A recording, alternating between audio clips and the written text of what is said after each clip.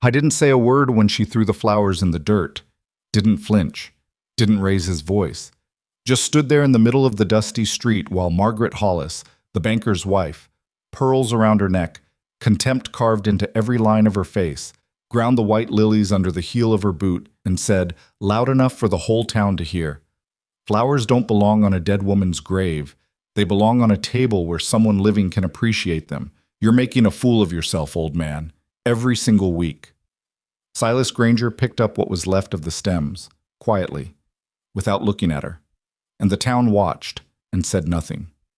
If you've ever loved someone so deeply that even the cruelest words in the world couldn't shake what you felt, this story is for you.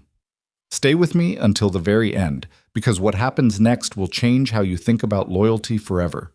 And if you haven't subscribed yet, please do, so you never miss a story like this one. Hit that like button and drop a comment telling me what city or country you're watching from. I want to see how far this story travels. The first thing people noticed about Silas Granger was that he never came to town unless he had to. That was a particular kind of statement out in Hays County, Kansas, in the autumn of 1884. Because out here, coming to town was practically the only entertainment most folks had. On a Saturday, the general store would fill up with ranch hands and homestead wives and children running between the legs of strangers, and the saloon would get loud by noon. People talked, people argued, people caught up on months of living they'd been too busy to share. Silas didn't do any of that. He came on Fridays. Only Fridays. And he came alone, on a big roan horse named Copper, who moved at the same steady pace no matter what the weather was doing, because the weather in Kansas didn't ask your permission before it made your life miserable, and neither, it seemed, did Silas Granger. He'd ride in from the northwest, which was the direction of his ranch, about 11 miles out past the creek bed that dried up every August and flooded every spring without fail. The ranch wasn't much to look at. 300 acres of good grazing land, a modest herd, a barn that leaned a little to the left but had never fully committed to falling down, and a house, small, 2 rooms, with a porch that faced west so that whoever sat on it could watch the sun go down over the plains without craning their neck. He'd owned that land for going on 14 years. He'd worked it alone for the last 7. Nobody in Hays County would have called Silas Granger an easy man to know. He was somewhere in his mid-40s, though the sun and the work had added years to his face that didn't quite belong there yet. He was tall in the way that men who've spent their whole lives on horseback are tall. A little stiff through the shoulders, a little careful with his knees when he dismounted. His hands were the kind of hands that told you everything you needed to know about a person. White across the palm, scarred across the knuckles, with a particular roughness on the right thumb from years of handling rope. He wore the same hat every Friday, brown, wide-brimmed, with a crease down the center that had long ago become permanent. The hat had seen better days. So had the man underneath it. He would ride Copper down the center of the main street, dismount at the hitching post in front of Whitmore's flower shop, which was the only flower shop in Hays County, which made it something of a miracle that it existed at all, tie Copper with the kind of practiced knot that didn't require looking, and go inside. He never browsed. He never stood in the doorway considering his options. He walked straight to the counter and said, "Same as last week." And every week, without fail, that meant a bundle of white lilies and wild prairie roses, wrapped in brown paper, tied with a length of plain twine. Nothing fancy about it. He'd pay. He'd nod. He'd walk out. And that was the entirety of Silas Granger's relationship with the town of Millhaven, Kansas. Except that people had started to talk. It's a particular feature of small frontier communities that mystery becomes a kind of communal property. Nobody owned it, but everybody felt entitled to a piece of it. And the mystery of Silas Granger's weekly flowers had been circulating through Millhaven for going on 3 years now, through whispered conversations at the general store, through half-formed theories exchanged over Sunday supper, through the particular kind of idle speculation that fills the hours between hard work and sleep. The theories were not in short supply. Old Pete Darrow, who had operated the livery stable since before half the current residents of Millhaven had been born, believed Silas was sweet on a widow woman somewhere out past the county line and too proud to say so. "Man doesn't buy lilies for nobody," Pete said, with the authority of someone who had never bought lilies in his life. "He's courting somebody, too stubborn to admit it." Reverend Marsh's wife had a different interpretation. She believed the flowers were a form of penance, that Silas Granger had done something in his past that he was still working to make right, and the weekly offering was his way of settling a debt with the Almighty that he couldn't pay any other way. She said this in the kind of tone that suggested she felt both sympathetic and personally offended by the whole situation. The women at the quilting circle had approximately 11 different theories depending on the week and who had seen Silas most recently on the street. They ranged from the romantic to the tragic to the frankly improbable, and the only thing they agreed on was that it was the most interesting thing happening in Millhaven, which, given that Millhaven's primary entertainment was a saloon with a piano that was missing the F-sharp key, was not saying nothing. What everyone agreed on was this: the flowers were not for anyone in Millhaven, because nobody in Millhaven had ever received them. Silas would come in on Friday morning, buy his bouquet, tie it to Copper's saddlebag with the same careful knot he used for everything else, and ride back out the way he came. Northwest, toward the creek and the leaning barn and the house with the westward porch, and the flowers would disappear with him. What no one had ever managed to do, what no one had quite worked up the nerve to do, because Silas Granger had a particular quality of stillness about him that made people cautious about asking direct questions, was simply walk up to the man and ask him where the flowers went. Until the Friday that changed everything. That particular Friday started the way most of them did, with the kind of flat gray sky that Kansas put on in late October, like a second skin. The wind was moving, which it always was, but moving harder than usual, coming down from the north with a bite to it that made you think twice about every decision you'd made that morning.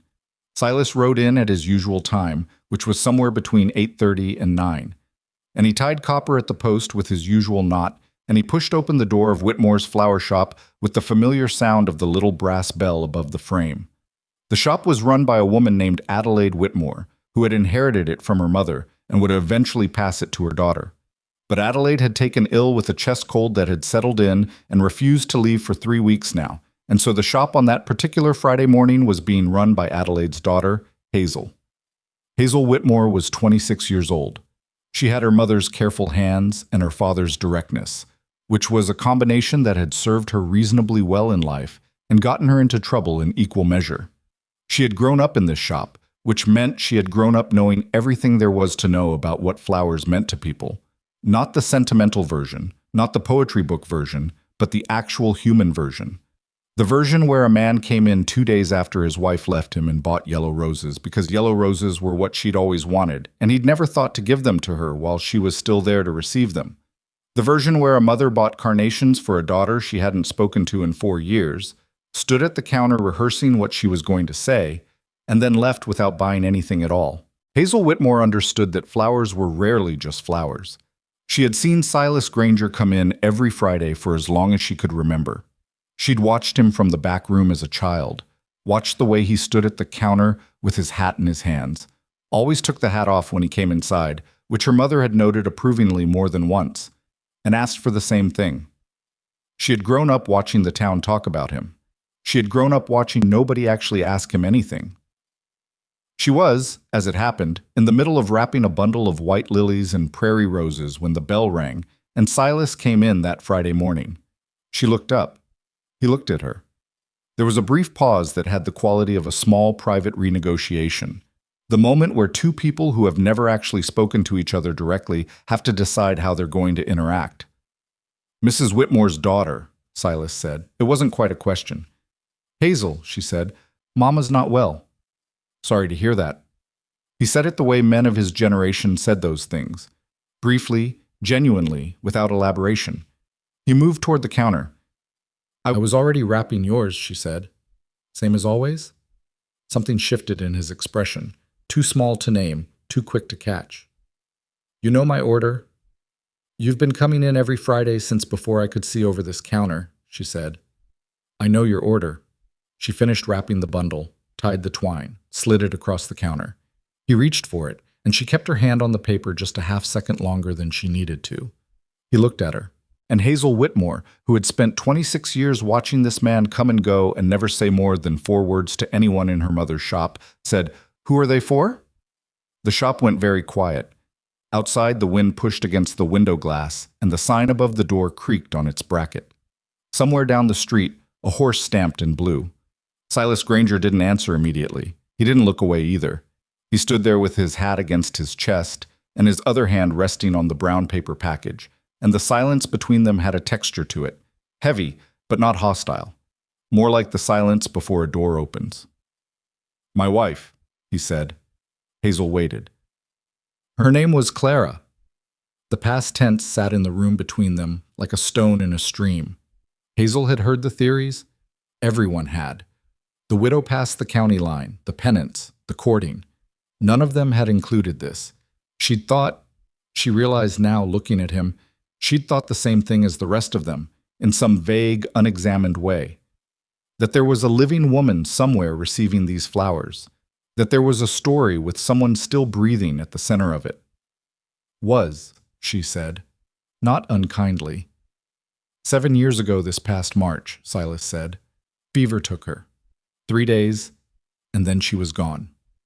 He said it plainly, not with the rehearsed flatness of someone who has learned to perform not caring, and not with the raw openness of someone for whom the wound is still fresh. He said it the way you talk about something that has been true for so long it has become part of the landscape, like saying the creek floods in spring, like saying the sun goes down in the west. Hazel looked at the bundle of white lilies and prairie roses on the counter between them. "You've been buying flowers for her grave." "Every Friday," Silas said. She liked Fridays best. Said it felt like the world was taking a breath before the weekend. Said lilies were honest flowers, and prairie roses were tough enough to mean something in this climate. A pause. Clara had opinions about flowers. Hazel felt something tighten in her chest. She sounded. She had opinions about most things. The smallest possible movement at the corner of his mouth, not quite a smile, not quite the memory of one. She would have had opinions about me standing here telling a stranger her business too. Would she have minded? He considered that seriously. "No," he said finally. "She was private, but she wasn't secretive. There's a difference." Hazel thought about that for a moment. Then she said, "Is that why you never told anyone? Because it felt private?" Silas looked at her with an expression she couldn't entirely read. "Nobody asked," he said simply. And that, the simple, devastating fact of it, landed somewhere in Hazel's chest and stayed there. Nobody asked. 3 years of theories, 3 years of the quilting circle, and Pete Darrow and Reverend Marsh's wife constructing elaborate explanations for something that was, at its center, the simplest and most human thing in the world. A man loved his wife died. He kept loving her. Nobody had thought to ask. He paid for the flowers. He picked up the bundle. He put his hat back on, settling it with the particular adjustment that was purely automatic. A gesture so practiced it had long since left the realm of thought. At the door he paused. Hazel wasn't sure why. She would think about that pause later, when she was alone closing up the shop, and she would wonder what he'd been deciding in that moment. He turned around. "Clara made me promise something," he said, "before she passed." Hazel waited. "She made me promise I wouldn't let the loneliness harden me." He said it carefully, like a man repeating words he has memorized because they mattered enough to be exact. She'd seen it happen to men out here, seen them lose their wives and just close. Like a fist. Said it was the loneliness doing it, not the grief. Grief was natural. Grief passed through you. Loneliness, if you let it, just filled the space grief left behind and calcified. Hazel was very still. She said the way to keep it from happening was to keep giving something to somebody, even if that somebody was already gone, because the giving was what mattered. The giving was the thing that kept you. He paused, looked for the right word with the careful patience of a man who didn't speak often and therefore spoke precisely. Open. Outside, the wind pushed at the door, and the bell above it tapped softly against the frame. "So that's what the flowers are," Silas said. "They're not for her grave, not exactly. They're for me. They're how I keep my promise." He touched the brim of his hat, the small habitual gesture that served as farewell, and walked out.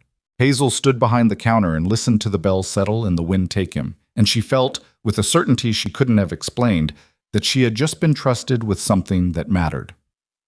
The problem, and it was, Hazel would discover over the following days, absolutely a problem, was Margaret Hollis. Margaret was the wife of Robert Hollis, who owned the only bank in Mill Haven and approximately one-third of the buildings on the main street. Margaret was not a cruel woman in the way that some cruel women are cruel, with intention, with pleasure in the cruelty. She was something more complicated and in some ways worse. She was a woman who had decided, somewhere along the way, that the world operated correctly when it conformed to her understanding of how things ought to be done. And her understanding of how things ought to be done was inflexible in the way that only things built over decades of being unchallenged can be. Margaret Hollis knew about the flowers. Of course she did. Everyone knew about the flowers. But where most people kept their theories private or limited them to the relatively contained audience of the quilting circle or the livery stable, Margaret Hollis had, at some point, decided that Silas Granger's behavior was a community matter. Hazel found out about this on the Tuesday following her conversation with Silas, when she was sweeping the walk in front of the shop, and Margaret came around the corner from the direction of the bank, with the particular purposeful stride that meant she was either going to tell you something important or tell you something you didn't want to hear, and those two categories, with Margaret, frequently overlapped. "I heard you spoke with the Granger man on Friday," Margaret said, without preamble. Millhaven was that kind of town. "I did," Hazel said, "about the flowers." "He's a customer, Mrs. Hollis. We talked." Margaret folded her hands in front of her, which was a gesture Hazel associated with the beginning of something difficult. "Hazel, I've known your mother a long time. I say this with her best interests in mind as much as yours. That man comes in here every week and buys flowers for a dead woman. Has been doing it for years. It isn't healthy, and I'm not sure it's entirely—" She paused, searching for the word. "Balanced." Hazel stopped sweeping. "He's grieving." "He's been grieving for 7 years," Margaret said, and the emphasis made it sound like a character flaw. 7 years, Hazel. My Henry's mother passed 9 years ago, and Henry doesn't send flowers to her grave every week. Nobody does that." "Some people do." "Some people—" Margaret stopped, recalibrated. "I'm not saying it's wrong to miss someone. I'm saying it becomes a problem when a man builds his entire life around a gesture that nobody sees and nobody benefits from. He rides out there every week alone, puts flowers on a hillside, rides back. He has no community. He has no human connection. He is, by every available measure, completely isolated." Hazel thought of Silas's hands on the brown paper bundle, the way he'd said she had opinions about flowers with that almost not a smile. "With respect, Mrs. Hollis," Hazel said, "I think you may be measuring the wrong things." Margaret's expression tightened just slightly. "I'm measuring what I can see." "That's usually the problem," Hazel said. Then before Margaret could respond, she went back to sweeping. She didn't see Margaret leave, but she felt it. The following Friday, Hazel prepared the bouquet before Silas arrived. This was a small thing. She'd been doing it for years, mechanically, the way you do any repetitive task.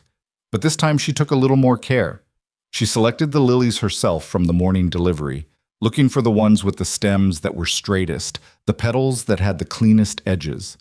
The prairie roses she chose for color, a deep pink that sat right on the edge of red, the color of something that meant to endure. She wrapped them in clean brown paper. She tied the twine a little more neatly than usual.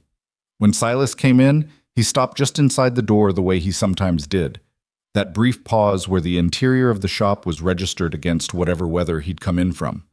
And then he came to the counter and looked at the bundle already waiting there. He looked at Hazel. "I thought I'd be ready," she said simply. He picked up the flowers. He looked at them for a moment with that careful, precise attention he gave most things. Then he set his money on the counter. "She would have liked you," he said. Hazel didn't know what to do with that.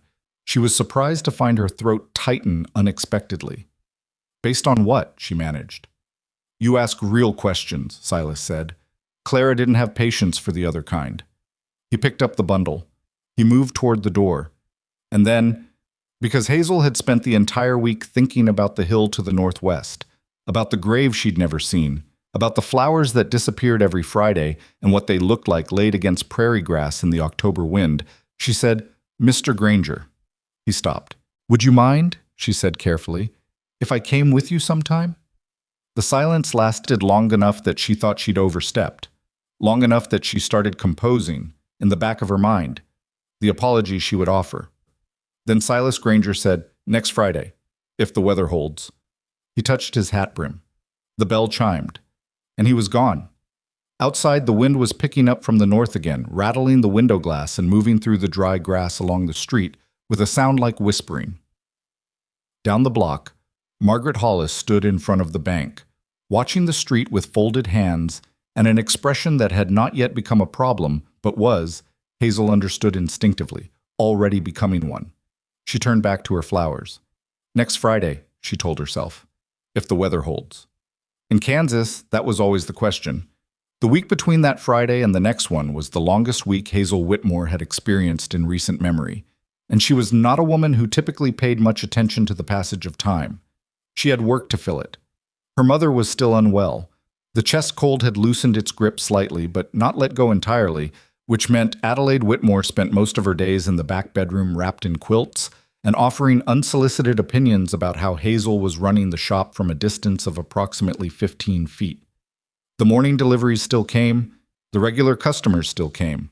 Old Mrs. Prentice still came in every Wednesday for her carnations, and still spent 40 minutes telling Hazel about her daughter-in-law's many failings before purchasing the cheapest bunch in the case and leaving without a thank you. The shop ran. Hazel ran it. That was the ordinary machinery of her life, and it kept turning. But underneath it, something had shifted. She found herself thinking about what Silas had said, not the dramatic parts, not the promise, or the dead wife, or the 7 years of Fridays, but the small things. The way he'd said Clara had opinions about flowers with that fractional almost smile. The way he'd described the difference between grief and loneliness, as if he'd spent a considerable portion of 7 years working that distinction out and had finally gotten it right. The way he'd said nobody asked, without accusation, without self-pity, just as a plain observation about the way things were. She thought about that more than she expected to. She also thought about Margaret Hollis, which was a less comfortable line of thinking. On the Wednesday, Margaret came into the shop under the pretense of buying a small arrangement for the bank's front desk, something she did, Hazel estimated, roughly twice a year, and spent the better part of 20 minutes circling something she wanted to say before she said it. I've been thinking, Margaret began, which in Hazel's experience was rarely a good opening, about what you said last week. I said a few things last week. About measuring the wrong things. Margaret touched the edge of a chrysanthemum and then pulled her hand back as if reconsidering. I've been thinking about that. Hazel waited. I'm not an unfeeling person, Margaret said. I want you to understand that. I know Robert thinks, that I don't feel things the way other people do, but that isn't accurate. She paused. When I heard about the wife, that he's been going out there for 7 years, I felt something. What did you feel? Margaret looked at her. I felt sorry for him, she said, and she said it like it cost her something to admit. Which surprised me. I expected to feel, vindicated, I suppose, in my concern. But it wasn't that. It was just... She looked around the shop at things that were easier to look at than Hazel's face. It seemed very lonely. It is very lonely, Hazel said. That's rather the point. The point? He knows it's lonely. He's been living it for 7 years. He chose it anyway. Hazel set down the small pair of scissors she'd been holding. There's a difference between a man who's lonely because life put him there and a man who's lonely because he decided something was worth the cost. Silas Granger is the second kind. Margaret was quiet for a moment. You seem to know him quite well for someone who only spoke to him properly last week. I know what he told me, Hazel said, which is more than most people in this town can say. Margaret bought her arrangement, a modest one, nothing extravagant, and left without the particular purposeful stride she'd arrived with. Something in her step was more careful, more uncertain. Hazel wasn't sure if that was better or worse. She went back to work and tried not to think about Friday. She thought about Friday constantly. The weather held.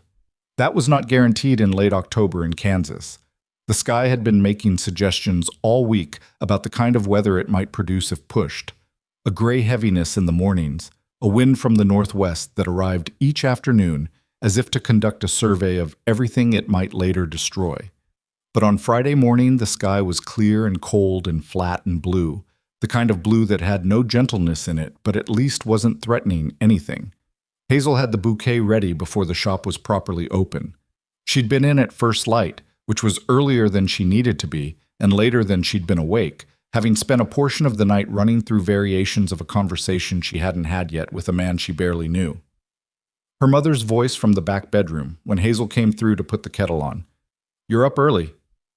"I have an early customer." "You don't open until 8. "I know when I open, Mama." A pause. The sound of Adelaide shifting in her quilts. "Is it the Granger man?" Hazel stopped moving. "How did you know?" "Because you've been distracted all week, and the only new thing that happened last Friday was him coming in and talking to you for more than 30 seconds. Adelaide's voice was rough from the cough, but precise in the way it always was. "Also, Mrs. Prentice told me you'd been making his bouquet special." "I made it carefully. There's a difference." The sound Adelaide made when she was deciding whether to say more. "What did he tell you?" Hazel came to the doorway of the bedroom. Her mother looked smaller in the bed than she did behind the counter, which was always a startling recalibration. "He told me about his wife, Clara. She died 7 years ago. The flowers are for her grave." Adelaide was quiet for a moment. "I wondered," she said finally. "You never asked either." "No." Adelaide looked at her hands folded on the quilt. "Some things feel like they belong to a person, like asking would be taking something." She looked up. "Where are you going with him?" "To the grave. He said I could come." "He said you could come, or you asked if you could?" Hazel leaned against the doorframe. "I asked." Adelaide considered this. "Be careful," she said. And then, before Hazel could respond to whatever she thought that meant, "Not with him, with yourself. There's a kind of story that pulls at you, makes you want to be part of it. That's not always bad, but it's worth knowing it's happening." Hazel thought about that while the kettle came to a boil. Silas arrived at 9:05, which was slightly later than his usual time, and Hazel was beginning to wonder if he'd changed his mind when the bell above the door announced him. He came in with cold air on his coat, and the particular unhurried quality that she was beginning to understand was not indifference, but something more like patience. A man who moved at the speed his life had taught him was sustainable and had long since stopped apologizing for it. He looked at her. She had her coat on already, her scarf, the bouquet on the counter. "You're ready," he said. "I told you I would be." He looked at the flowers, really looked at them, the way he had the previous Friday.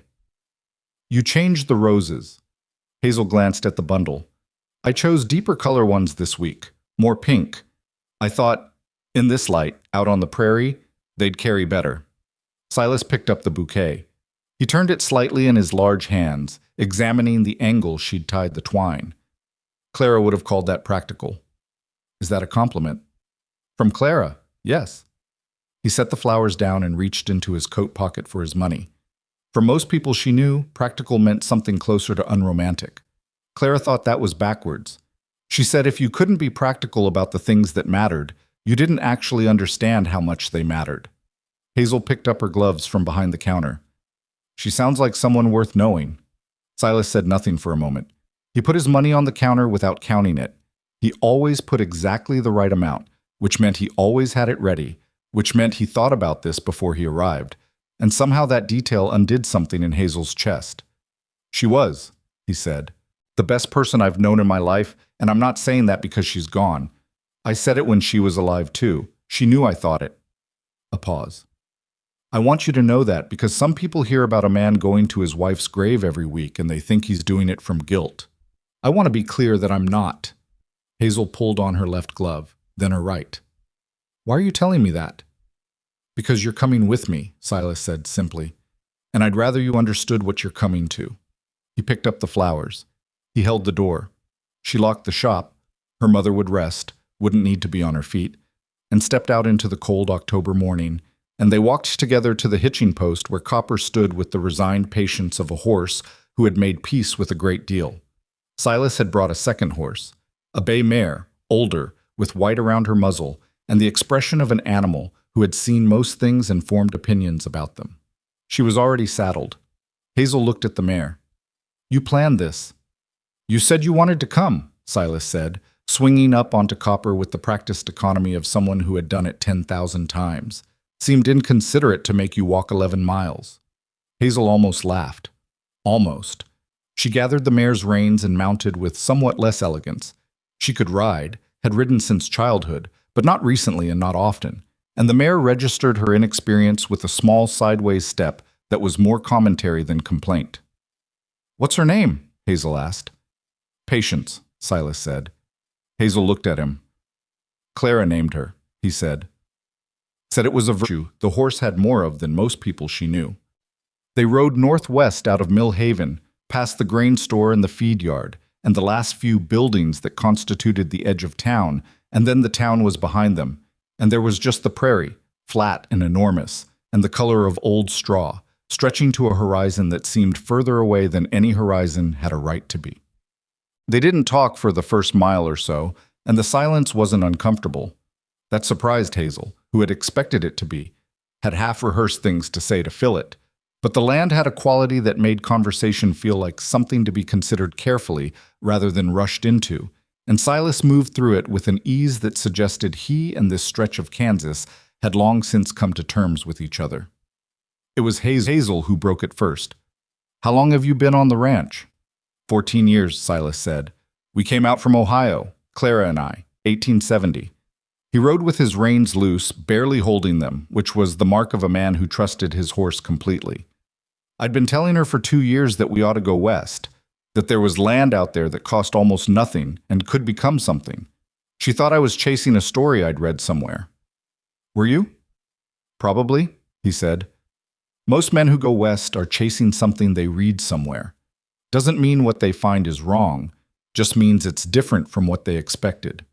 Hazel watched a hawk move along the tree line to the east, riding the thermals with the effortless patience of something that had never needed to hurry. "What did you find?" "Hard ground," Silas said. "Cold winters that were colder than anyone told you. 2 drought years in the first 5. A barn that cost twice what the lumberman quoted and took 6 weeks longer than he said it would." He paused. "And mornings. There are mornings out here, when the light comes up a certain way across the plains, that make you understand why people came, even if they can't explain it." "Clara," Hazel said. "Did she understand it, eventually?" "She understood it before I did." He said it with a kind of rueful directness. "She'd been right to be skeptical of my reasons, and she turned out to love the place more purely than I did, because she got there without the story I'd been telling myself. She just looked at it and decided she loved it. Clara was like that. She didn't need a narrative, she just needed the thing itself." They rode in silence for a little while after that. Patience moved beneath Hazel steadily, with the careful, deliberate gait of a horse that had walked this ground many times and knew where it was going. "She got sick in the winter," Silas said, after a time. He didn't offer it as a continuation of anything. It arrived as facts sometimes do, when a person has been carrying them long enough that they start to come out sideways between other things. February. The snow had been bad that year. We'd been snowed in for close on 3 weeks. When she started coughing, I thought it was the cold, the dry air, the same cough half the county had every February. Hazel said nothing. She understood that some things required listening to, not responding to. "It wasn't," Silas said. "It went to her chest. Then it went deeper. By the time we could get the doctor out from Millhaven, there wasn't much he could tell us that we didn't already know." He looked ahead along the trail, at nothing in particular. "She lasted 3 days after that. The doctor said she wasn't in pain at the end. I don't know if that was true or if it was the kind of thing doctors say. I chose to believe it." Hazel thought about what her mother had said that morning. Some things feel like they belong to a person. She said, "Did you have time to talk before she went?" Silas looked at her briefly, with an expression that was difficult to read. "That's a better question than most people would ask. You don't have to answer it." "No, He stopped. Started again. "Yes. We had the 3 days. And Clara was the kind of woman who didn't waste time when time was what she was running short of. She told me what she wanted me to know. And I told her." He was quiet for a moment. "Most of it, anyway. I think you always believe there'll be more time to say the last small things. And then the time is gone and the small things are still in your chest somewhere, not said." Hazel felt that in a very specific part of herself that she couldn't have named. "What kind of small things?" "The daily kind," Silas said. "The things you'd have said at supper on an ordinary evening. The funny things that happened with the cattle. A bird you saw. The way the creek looked that morning." He shifted his weight in the saddle. things that felt too small to use the time for when the time was running out. But those were the things she'd have wanted to know. She loved the ordinary things. She said they were what a life was actually made of. Hazel looked at the bouquet tied to Copper's saddlebag, the white lilies and the deep pink prairie roses moving gently with the horse's gait. "That's why you tell her," she said slowly. "When you go, you tell her the small things."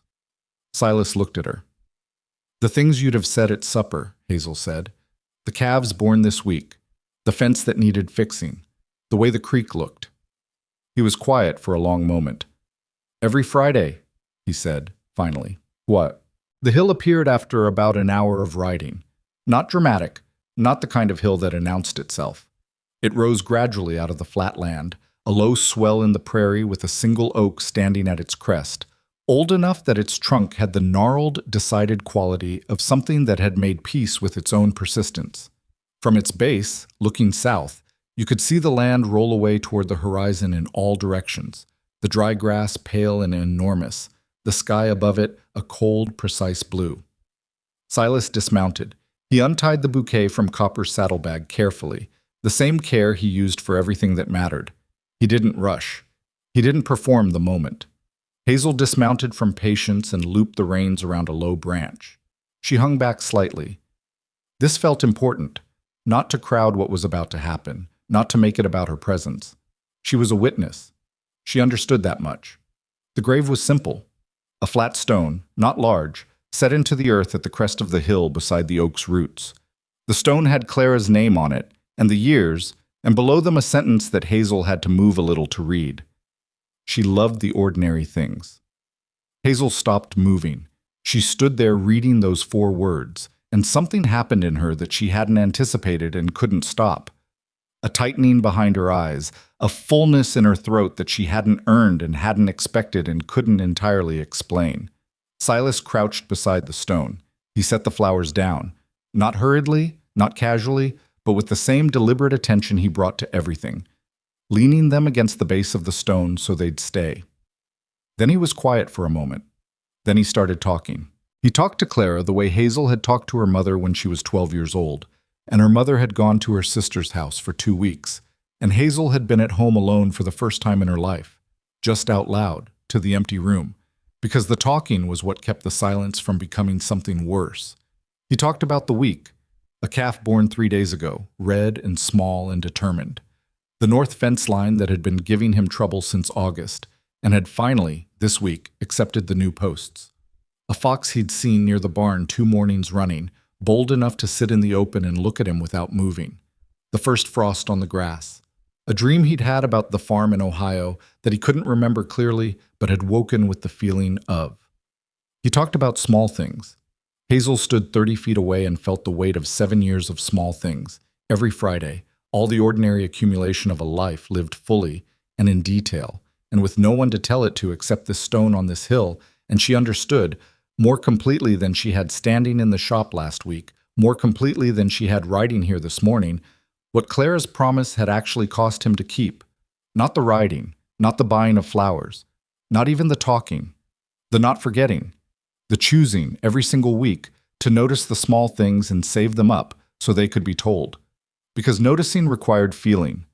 And feeling, when you were alone on a windswept ranch for 7 years with no one to share what you noticed with, was a harder discipline than anything the prairie had thrown at Silas Granger. Harder than the drought years. Harder than the cold. He had kept himself open, the way Clara asked him to. It had cost him enormously, in ways that didn't show. He stood up after a while. He adjusted his hat. He looked at the flowers against the stone for a moment, checking, Hazel thought, that they were positioned right, that they'd stay. Then he turned and walked back to where she was standing, and he looked at her face, and whatever he saw there made him pause. "You all right?" he said. "Yes." She wasn't entirely, but she would be. She looked at the stone, at the 4 words. She loved the ordinary things. "Did you write that?" "I did." "It's the right thing," Hazel said. "For her. It's exactly the right thing." Silas looked at the stone for a moment. "I almost didn't. I almost put something longer, something that sounded more like what you're supposed to put." He paused. But Clara would have hated that. She had no patience for language that tried to be more than what it meant. Hazel laughed, a small sound, surprised out of her. Sounds like something she'd say. Word for word, Silas said. She said it about sermons, mostly, but it applied broadly. They stood there together in the cold, looking at the grave and the flowers and the oak above it, and the wind moved through the grass on the hill with that dry, whispering sound, and the horses stood patiently together near the branch. Thank you, Hazel said, for letting me come. Silas was quiet for a moment. Clara would have liked you, he said for the second time, and then, before Hazel could respond to that, she would have said you ask real questions, and you know when not to ask them. She would have said that was rare. Hazel looked at him. He was watching the horizon with the particular stillness that she was beginning to recognize as his natural state. Not closed, not cold, just very quiet in a way that had nothing to do with having nothing to say. Can I ask one more? She said. He didn't turn to look at her. Probably. Are you lonely? She said it directly because she was her father's daughter, and Margaret Hollis aside, directness was the only mode she trusted. Not grieving, lonely. The pause was long enough that she thought she might have miscalculated. Yes, Silas said. He said it without apology, without drama, without any particular quality except honesty. Some days more than others. Some weeks I don't think about it. Some weeks I ride into town to buy flowers, and the whole ride back yes. He looked at the grave. But I made Clara a promise. And the thing about a promise to somebody who isn't there to release you from it is that you have to decide every day whether it's still worth keeping. Not because someone's watching, just because you said you would. He finally looked at her. Most days I decide it is. Hazel held his gaze. Most days? I'm not going to tell you it's always easy, Silas said. You asked a real question. That's the real answer. She nodded. She looked back at the grave. They stood there a few minutes longer, not talking, while the wind moved across the hill and the light shifted and the horses breathed their slow, patient breath beside the oak tree. Then Silas said, We should head back. Weather'll turn by afternoon. He was right. She could feel it, the way the wind had changed its angle just slightly, the way the blue at the north edge of the sky had gone a shade darker. They rode back toward Millhaven mostly in silence, which was a different silence from the one on the way out. That silence had been two people who didn't know each other well. This one was two people who had been handed, briefly, a view of something true, and were still making room for it. Millhaven came back into view around midday. The grain store first, then the feed yard, then the line of buildings along the main street, resolving out of the prairie like something reluctant to be arrived at. They rode in together, which was unusual, which was, Hazel understood the moment they turned onto the main street, going to be noticed. And it was. Pete Darrow was in front of the livery stable.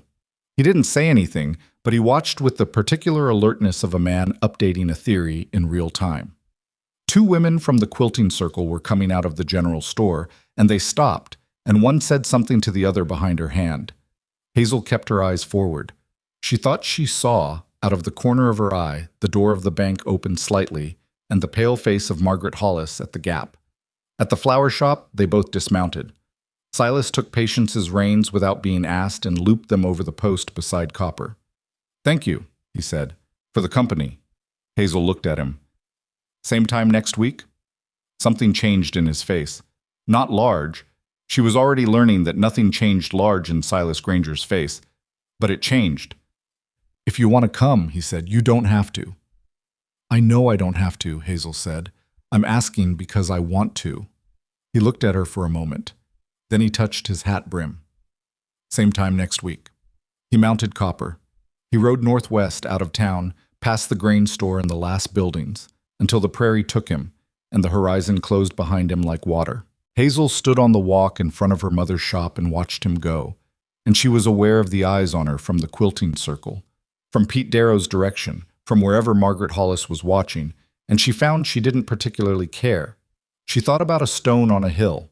She thought about 4 words carved into it by a man who had understood exactly what they meant.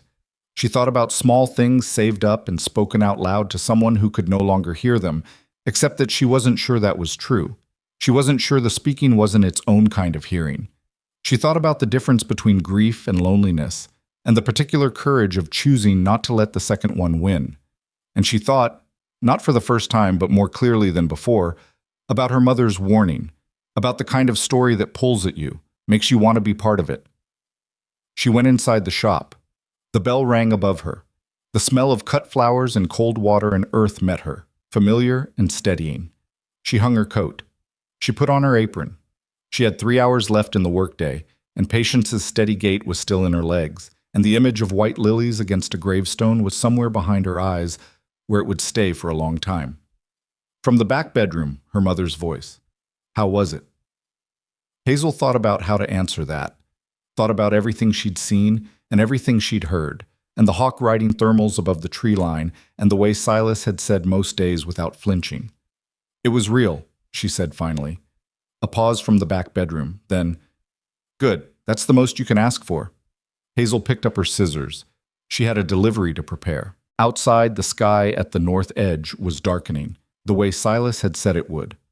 The afternoon weather was making good on its suggestion, and somewhere to the northwest, a man on a roan horse was riding home across 11 miles of prairie with empty hands and whatever lived in his chest that the flowers were keeping alive. She cut the first stem. She worked. The weather turned that afternoon, as Silas said it would, and it stayed turned for the better part of 2 weeks. Not the dramatic, operatic kind of Kansas weather that people wrote home about. Not tornadoes or the kind of thunderstorm that took out fences and left cattle scattered across 3 counties. Just the gray, grinding, relentless kind. Low clouds that settled in like an unwelcome house guest and showed no indication of leaving. Rain that wasn't quite heavy enough to be satisfying, but was exactly heavy enough to make every outdoor task miserable. The temperature dropped in the kind of gradual, committed way that told you winter wasn't threatening anymore. It had made its decision and was already moving in. The Friday that followed their ride to the hill came and went without Silas. Hazel told herself it was the weather. She told herself he was a practical man and 11 miles on a muddy trail. In cold rain was nobody's idea of a reasonable undertaking, even for a man who had been doing it every week for 7 years. She arranged the bouquet anyway, white lilies, prairie roses, the deep pink ones, and set it in water at the back of the shop and waited until the afternoon light started failing before she quietly dismantled it and put the individual stems back where they belonged. Her mother, from the back bedroom. He didn't come. No. Weather. That's what I said. Adelaide appeared in the doorway, which she was doing more frequently now that the cold had given some ground. She was still wrapped in a shawl, but she was upright, which was progress. You look like you're trying not to look like you're disappointed. I'm not disappointed, Hazel said, which was partly true. She was something, but she wasn't sure disappointed was exactly the right word for it. It was more like the feeling when you've been carrying a question for a week and the person who could answer it didn't show up. Not personal, just unresolved. He'll come next week, Adelaide said. I know. Or the week after. Mama. Adelaide went back to bed. Hazel finished closing the shop. She thought about the grave on the hill, with no flowers on it this week. She thought about what that meant to a man who hadn't missed a Friday in 7 years. She thought about whether he sat on his westward-facing porch in the rain and felt the absence of the ritual like a missed step on a staircase, your body expecting solid ground and finding nothing. She thought about that more than was probably warranted. The second Friday was worse, because the weather had cleared on Wednesday, which meant she had 2 full days of expectation built up before 9 o'clock Friday morning, and by 8:45 she had straightened every bucket of flowers in the shop twice, and was on the verge of starting a third time when the bell above the door rang. Silas came in with cold on his coat and something careful in his face that she hadn't seen before. You missed last week, she said. She hadn't planned to say it that directly, but there it was. I know. He came to the counter. He looked at the bouquet that was already there. Trail was bad. I figured. He looked at her. The flowers. I couldn't get in, so I... He stopped. Reached into his coat pocket and produced something. A handful of stems, prairie roses mostly, the wild ones that grew along the fence lines of his property, tied with a bit of wire because he'd had no twine. They were battered from the pocket, and half the petals had given up, and they were nothing like the careful bundles she prepared for him each week. I cut these from the fence line, he said. Rode up to the hill on foot when the trail was still too muddy for copper. Took me an hour. I know they're... He looked at the stems in his hand. They weren't much by the time I got there. Hazel looked at the battered roses.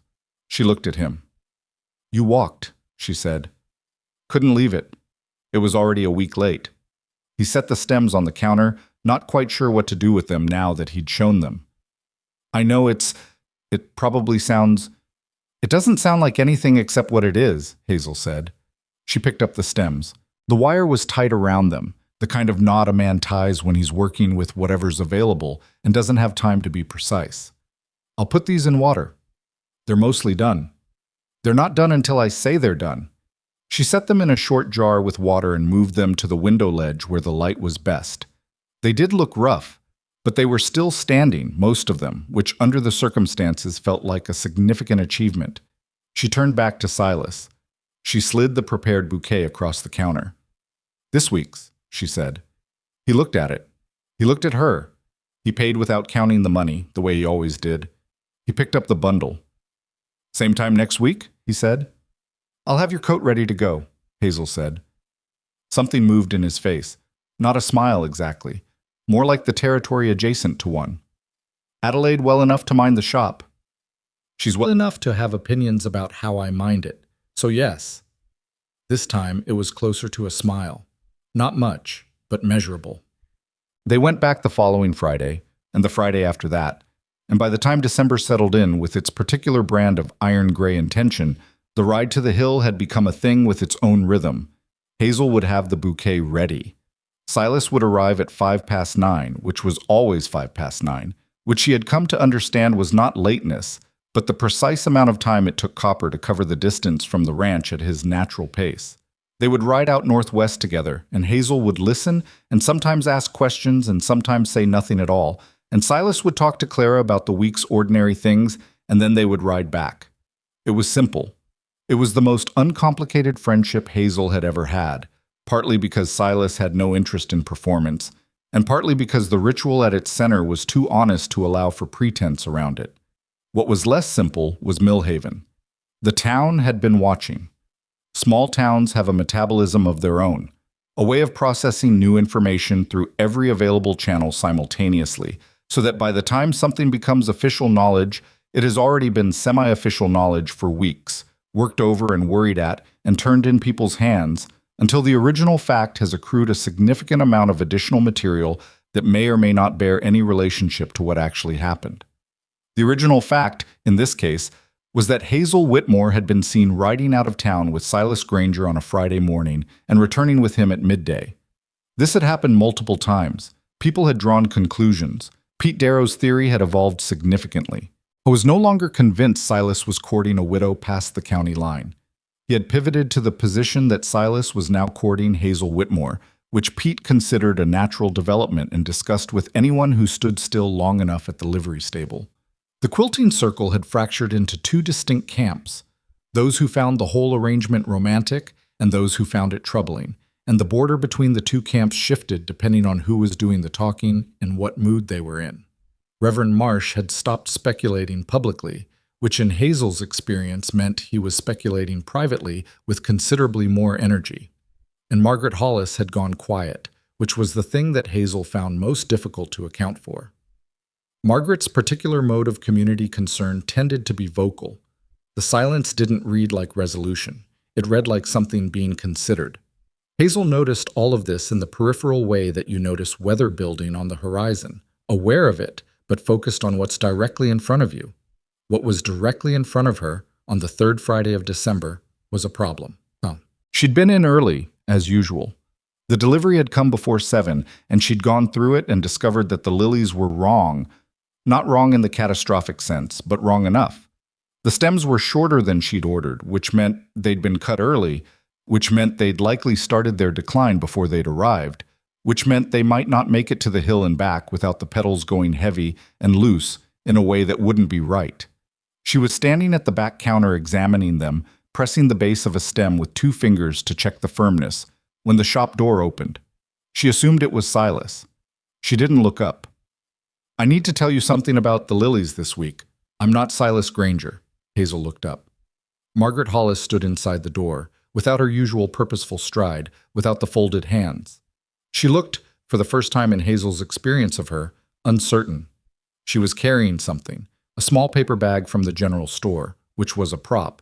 Hazel understood instantly, something to have in her hands.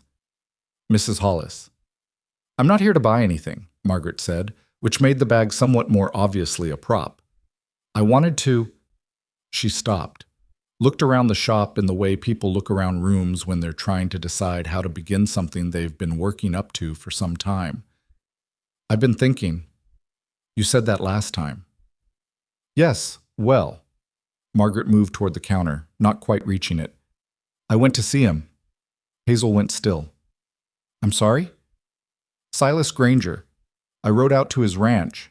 She said it with the particular quality of someone confessing something. "2 weeks ago. I had something I needed to say to him." Hazel set down the lily stem she was holding. She gave Margaret her full attention. "What did you say?" Margaret was quiet for a moment. In that moment, Hazel saw something she hadn't expected to see in Margaret Hollis's face: genuine difficulty. Not the difficulty of someone who was wrong and knew it and wouldn't admit it. The other kind. The kind where the thing you need to say doesn't have comfortable words.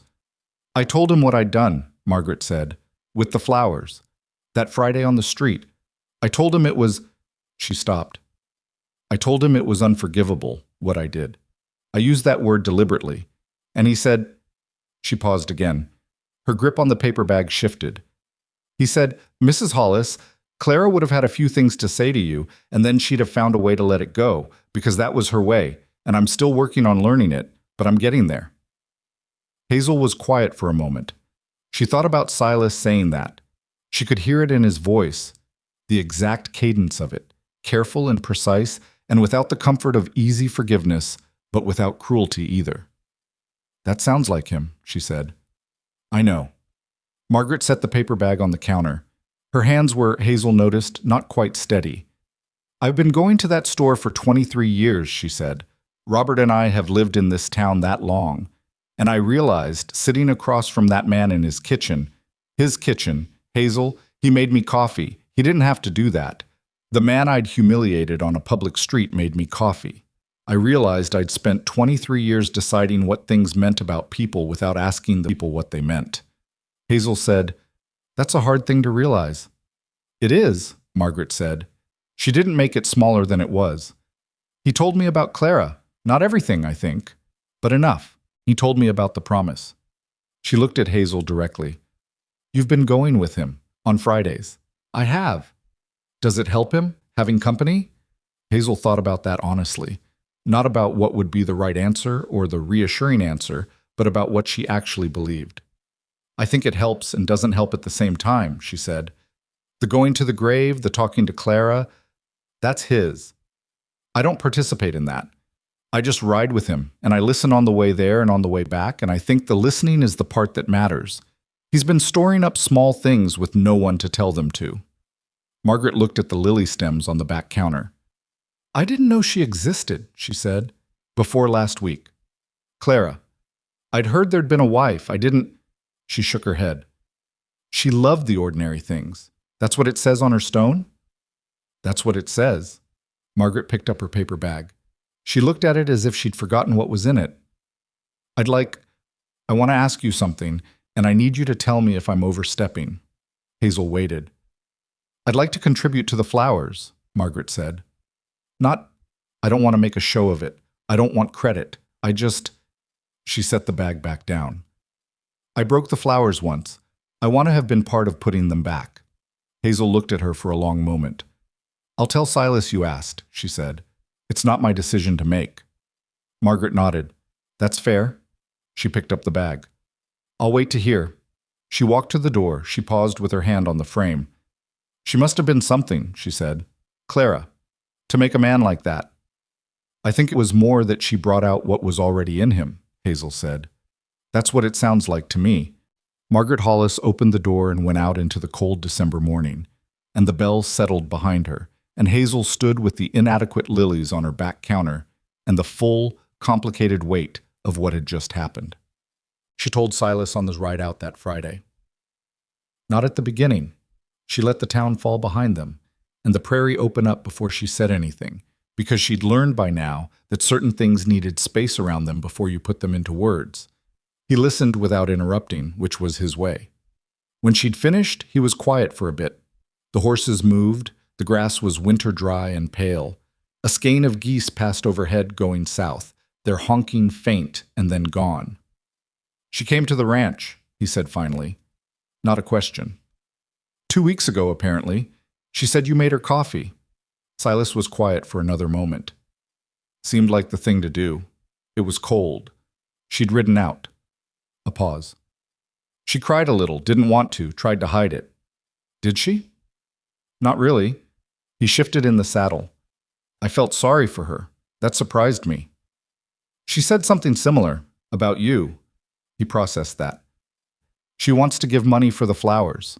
She wants to contribute. She was clear she doesn't want it to be a production.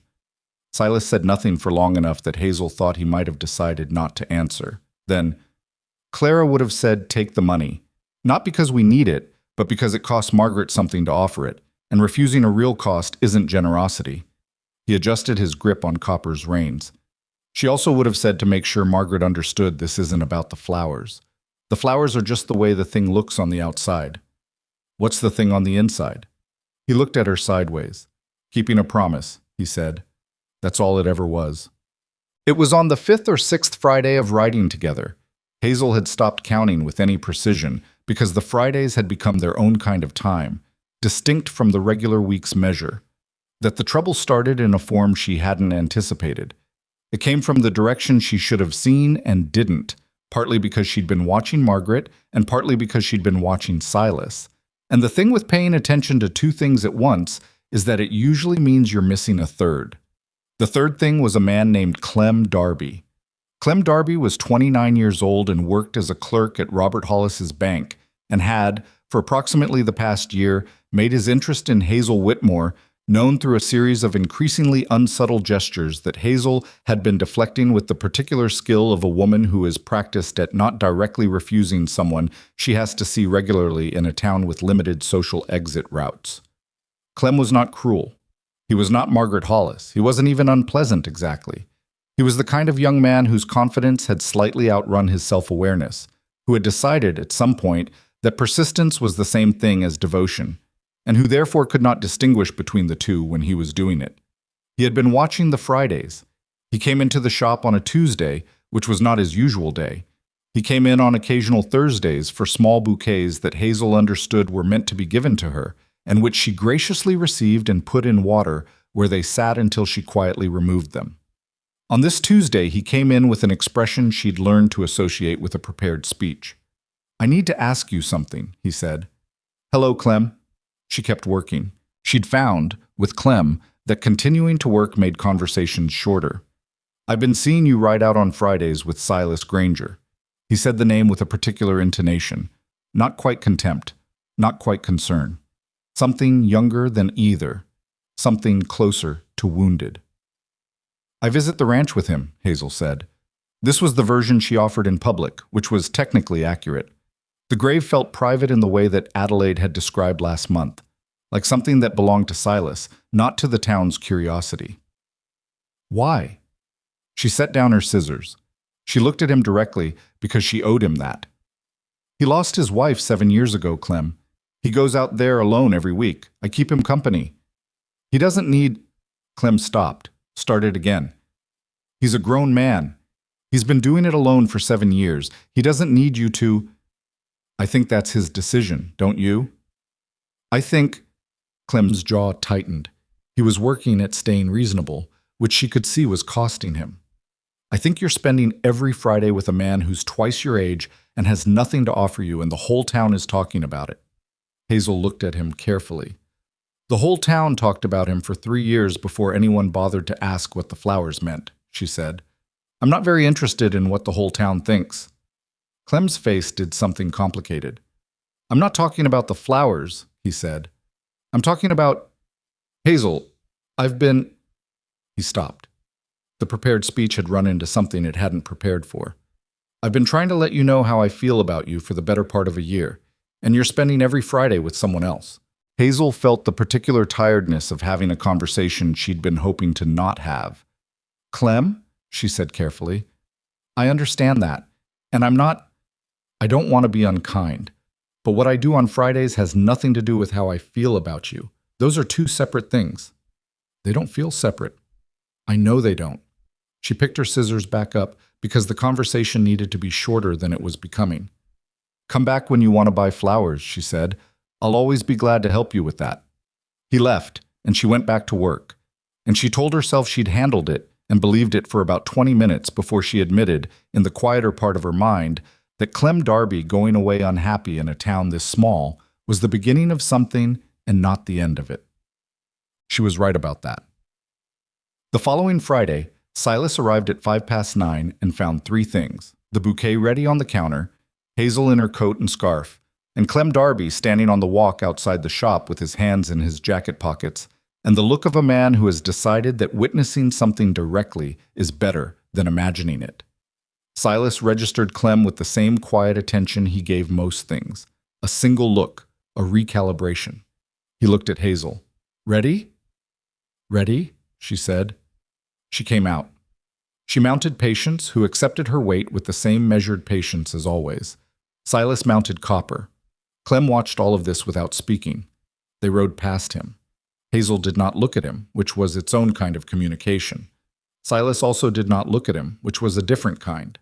They were 2 blocks out before Silas said quietly, "Friend of yours?" "He'd like to be more than that," Hazel said. "He hasn't quite accepted that the answer is no." Silas thought about that. "Is the answer no because of Fridays?" Hazel looked at him. "The answer is no because it's no. Fridays are a separate question." He nodded, accepting this, and they rode on. But Hazel thought, for the rest of the ride out, about the fact that Clem would report what he'd seen to whoever would listen, which in Millhaven was everyone, and that by next week the conversation would have shifted from vague speculation about Silas Granger's flowers to something more pointed and less kind directed at her. She knew this. She knew it the way you know weather. She rode through it anyway, because the hill was ahead, and the flowers were in Copper's saddlebag, and Silas was talking about a heifer who'd decided the south pasture wasn't adequate and had been methodically dismantling the fence between it and the north pasture for 2 weeks. And he said it with a kind of exhausted admiration for the animal's persistence that made Hazel laugh out loud. A real laugh, not a polite one. And Patience's ears swiveled back at the sound and then forward again. And when they reached the hill and Silas crouched beside the stone and began talking to Clara about the week, Hazel stood at her usual distance and looked at the December sky above the oak tree, hard and pale and enormous, and felt underneath the worry about Clem Darby and the town's talk and the inadequate lilies from last week, something that was difficult to name but that she'd started to recognize. It was the feeling of being in the right place, not a romantic feeling, not simple, more like the feeling of a door that's been stuck and then opens, the mild shock of air from the other side, and then the ordinary light of wherever you've been trying to get to. She stood on the hill in December and breathed the cold air and waited, and Silas finished talking to Clara and adjusted the flowers against the stone, and stood up and looked at the horizon the way he always did before he turned to come back. "Thank you," he said, as he always did. "You stopped thanking me," Hazel said. "It's been 2 months." He turned to look at her. "Clara would have said gratitude doesn't expire," he said. "She said people stop saying thank you because they get comfortable, and getting comfortable is how you stop seeing what someone's actually doing for you." Hazel thought about that. She was right. She was right about most things. He untied the horses. She was wrong about the fence posts in the south pasture. Thought 8 feet was too deep. I put them in at 10, and she said I was being stubborn, and I said I'd rather be stubborn than replace fence posts in 2 years. He handed Patience's reins to Hazel. She never actually admitted I was right about that, but she stopped mentioning the depth. Hazel mounted. "That's its own kind of right." "That's what I told her." A pause. "About 40 times." They rode back toward Millhaven in the pale December light, and the wind was at their backs, and the town appeared on the horizon and grew slowly larger, the way towns do when you're approaching them from a long way off, reluctant and inevitable at the same time. She didn't know, riding in that afternoon, that the next Friday would be the one that broke something open. That Clem Darby had spent the intervening week talking, and that what he'd been saying had traveled further and faster than she'd accounted for, and that one particular piece of it had reached a set of ears she hadn't considered in her calculations. She didn't know that Silas had a brother. She didn't know the brother was coming. She rode into Millhaven in the December cold and put patience in Pete Darrow's livery. Pete took the reins without comment, which was its own form of progress, and walked back to the shop in the early falling dark. Her mother was at the counter for the first time in weeks, upright and aproned, rearranging a bucket of Christmas holly with the critical eye of a woman who has been confined to bed too long and has opinions about holly that have been building for some time. "Letter came," Adelaide said, without looking up. "For you, from out of town." She nodded toward the counter. Hazel picked it up. The handwriting was sharp and forward-leaning, the kind of handwriting that suggested urgency or impatience or both. The return address was from a town she didn't recognize, 2 counties east. She opened it. She read it once. Then again, because the first time through it didn't quite arrange itself into something she could fully understand. It was from a man named Harlan Granger. He described himself as Silas's younger brother. He had heard, he wrote, that his brother had formed an attachment to a woman in Millhaven, and he was coming to assess the situation. He did not use the word interfere. He came close enough. He would arrive, he said, next Friday. Hazel put the letter down on the counter. Her mother looked up. "What is it?" Hazel looked at the letter. She looked at the dark window where the cold outside was beginning to put frost on the lower edges of the glass. She thought about a man she'd known now for 2 months and an entire town's worth of talk and a grave on a hill with 4 carved words and a promise made to someone who couldn't enforce it anymore. "A complication," she said. Adelaide looked at the letter. She looked at Hazel's face. She picked up her holly and considered it. "Most things worth having," Adelaide said, "come with at least one." Hazel didn't tell Silas about the letter right away. She told herself this was because she needed to understand it better before she could explain it to someone else, which was partly true. She also told herself she didn't want to trouble him with something that might amount to nothing.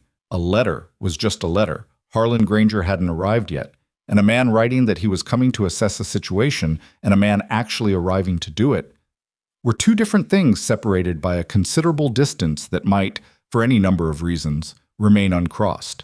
She told herself these things, and she believed them to the extent you believe things you've constructed to be believable.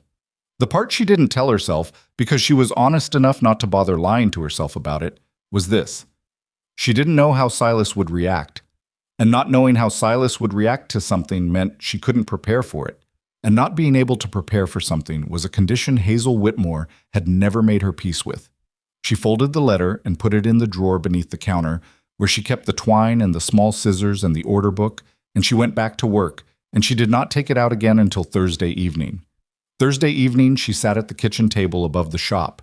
She and Adelaide lived in the 2 rooms above, which smelled permanently of cut flowers and wood smoke. And she read the letter a 3rd time, and then a 4th, which didn't tell her anything the 3rd hadn't, but which she conducted anyway on the theory that additional readings might reveal something useful.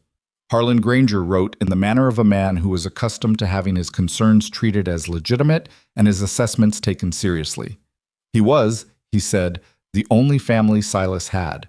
He had been trying for years to get Silas to leave the Kansas ranch, which Harlan considered an act of stubborn self-punishment masquerading as loyalty to a dead woman, and come east to Harlan's farm in Missouri, where there was room and where Silas wouldn't have to work himself alone into his grave on land that held nothing but grief.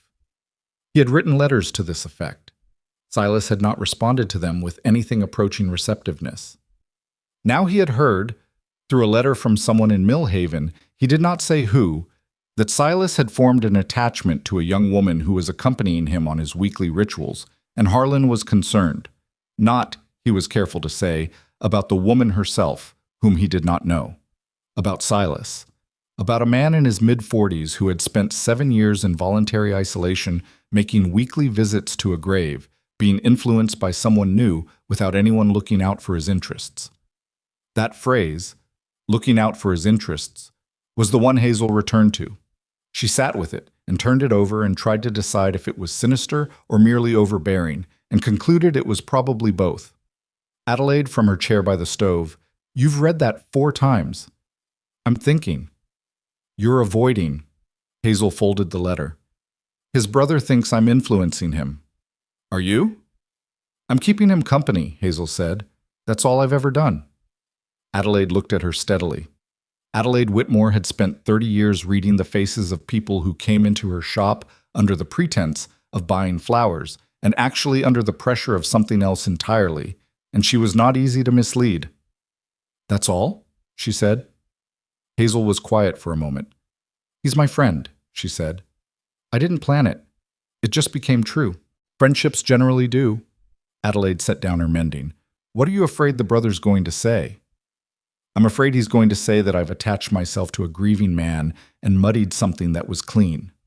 Has it been clean? Yes. She said it without hesitation. It has been. And then, because Adelaide was looking at her with that particular quality of attention that required honesty, it's been clean, and it's been the most real thing in my life for the past 2 months, which I understand might look like the same problem from the outside. Adelaide picked her mending back up. Tell him tomorrow, she said. Tell Silas. He deserves to know his brother is coming. Hazel looked at the folded letter. I know. You know, and you're still going to think about it for another hour. Probably, Hazel admitted. She did. She told him on the ride out. Not immediately. She'd learned something about Silas over the weeks, which was that he processed things better when they weren't delivered the moment he walked through a door. That he needed the ride, the open land, the pace of the horses to settle into before the heavier things could be heard properly. So she waited until they were well clear of Millhaven, until the town was behind them and the December prairie was wide and cold on all sides, and then she said, I need to tell you something. He looked at her. She told him about the letter. All of it, including the phrase looking out for his interests, which she delivered without editorial comment and let sit in the air between them. Silas rode in silence for a while after she finished. Copper moved steadily beneath him, unbothered, the way horses are unbothered by human trouble. The wind came at them from the north with that particular December quality, not violent, but entirely without mercy. Harlan, Silas said finally, the name alone, as if testing the weight of it. He didn't say who told him. About me. Doesn't matter who told him. He shifted in the saddle. Harlan's been trying to get me off this land for 4 years. Sends a letter every few months. Same letter mostly, with different words. Wants me to come to Missouri.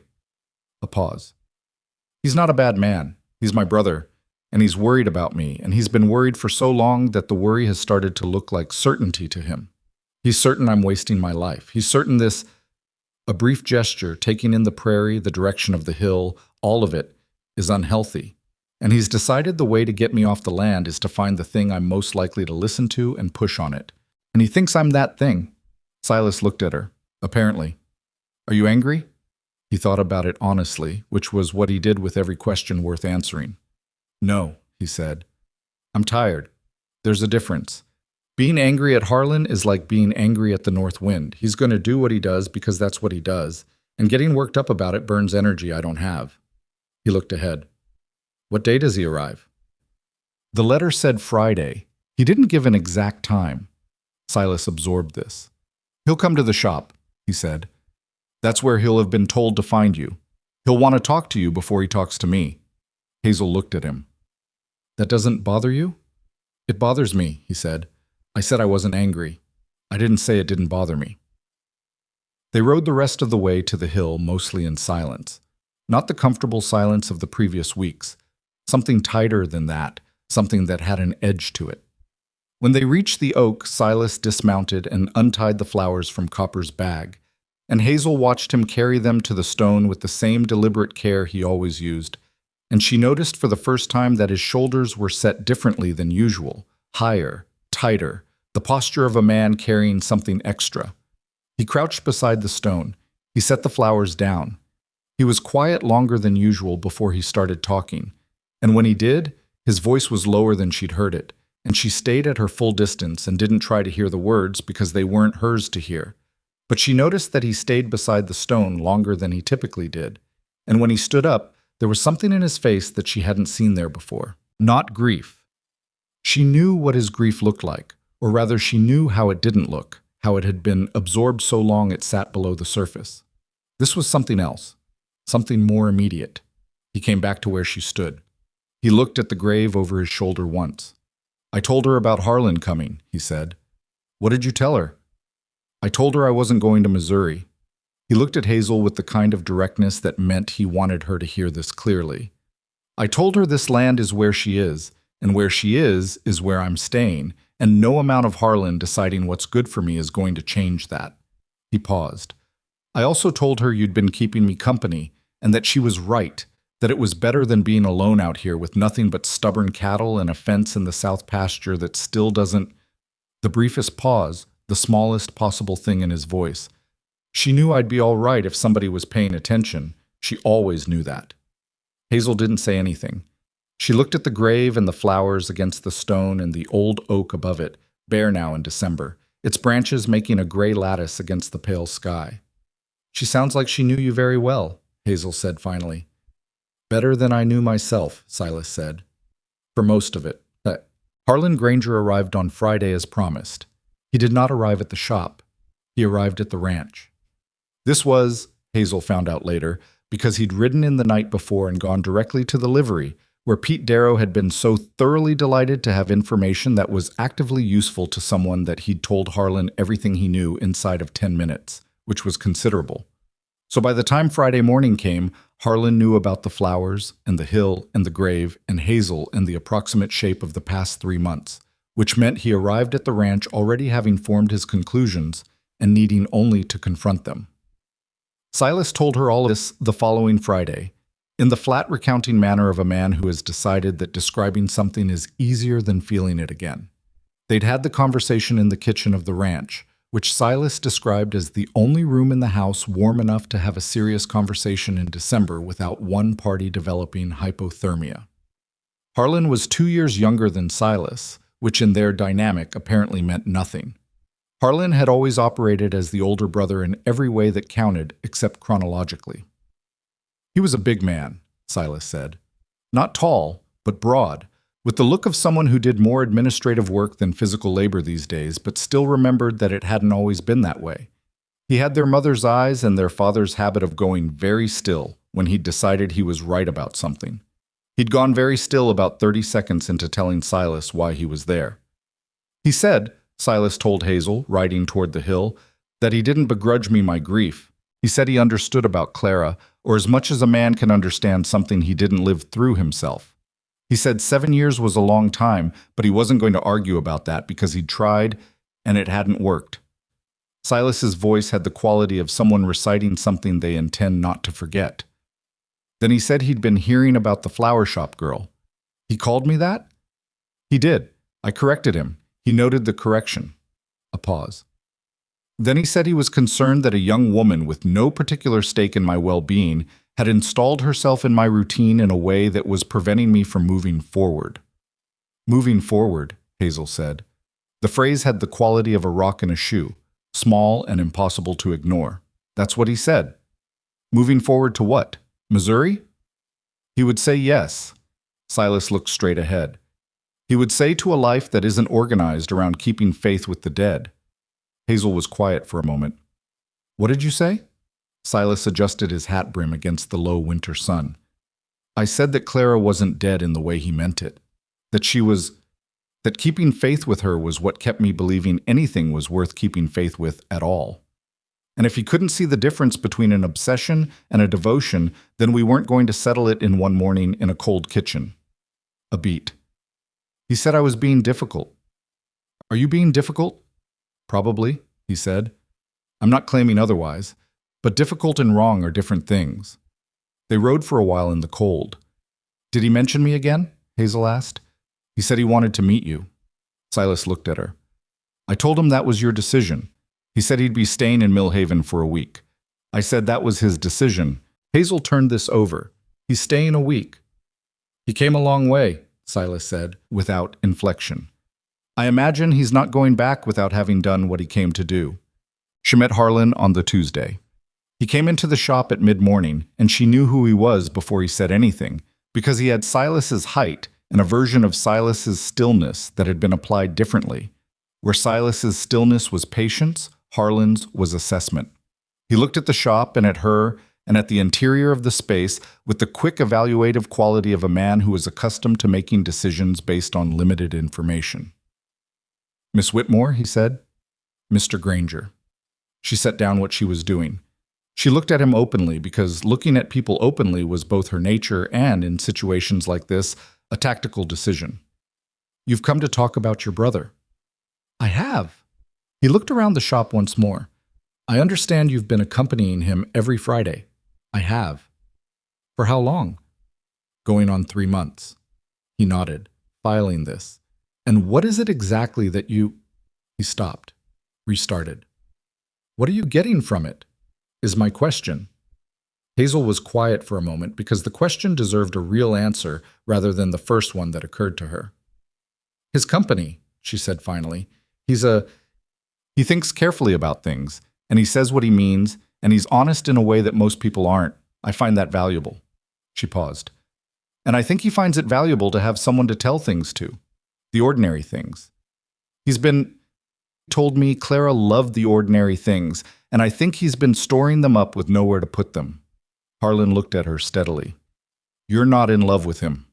It wasn't quite a question. It had the quality of a test. "He's my friend," Hazel said evenly.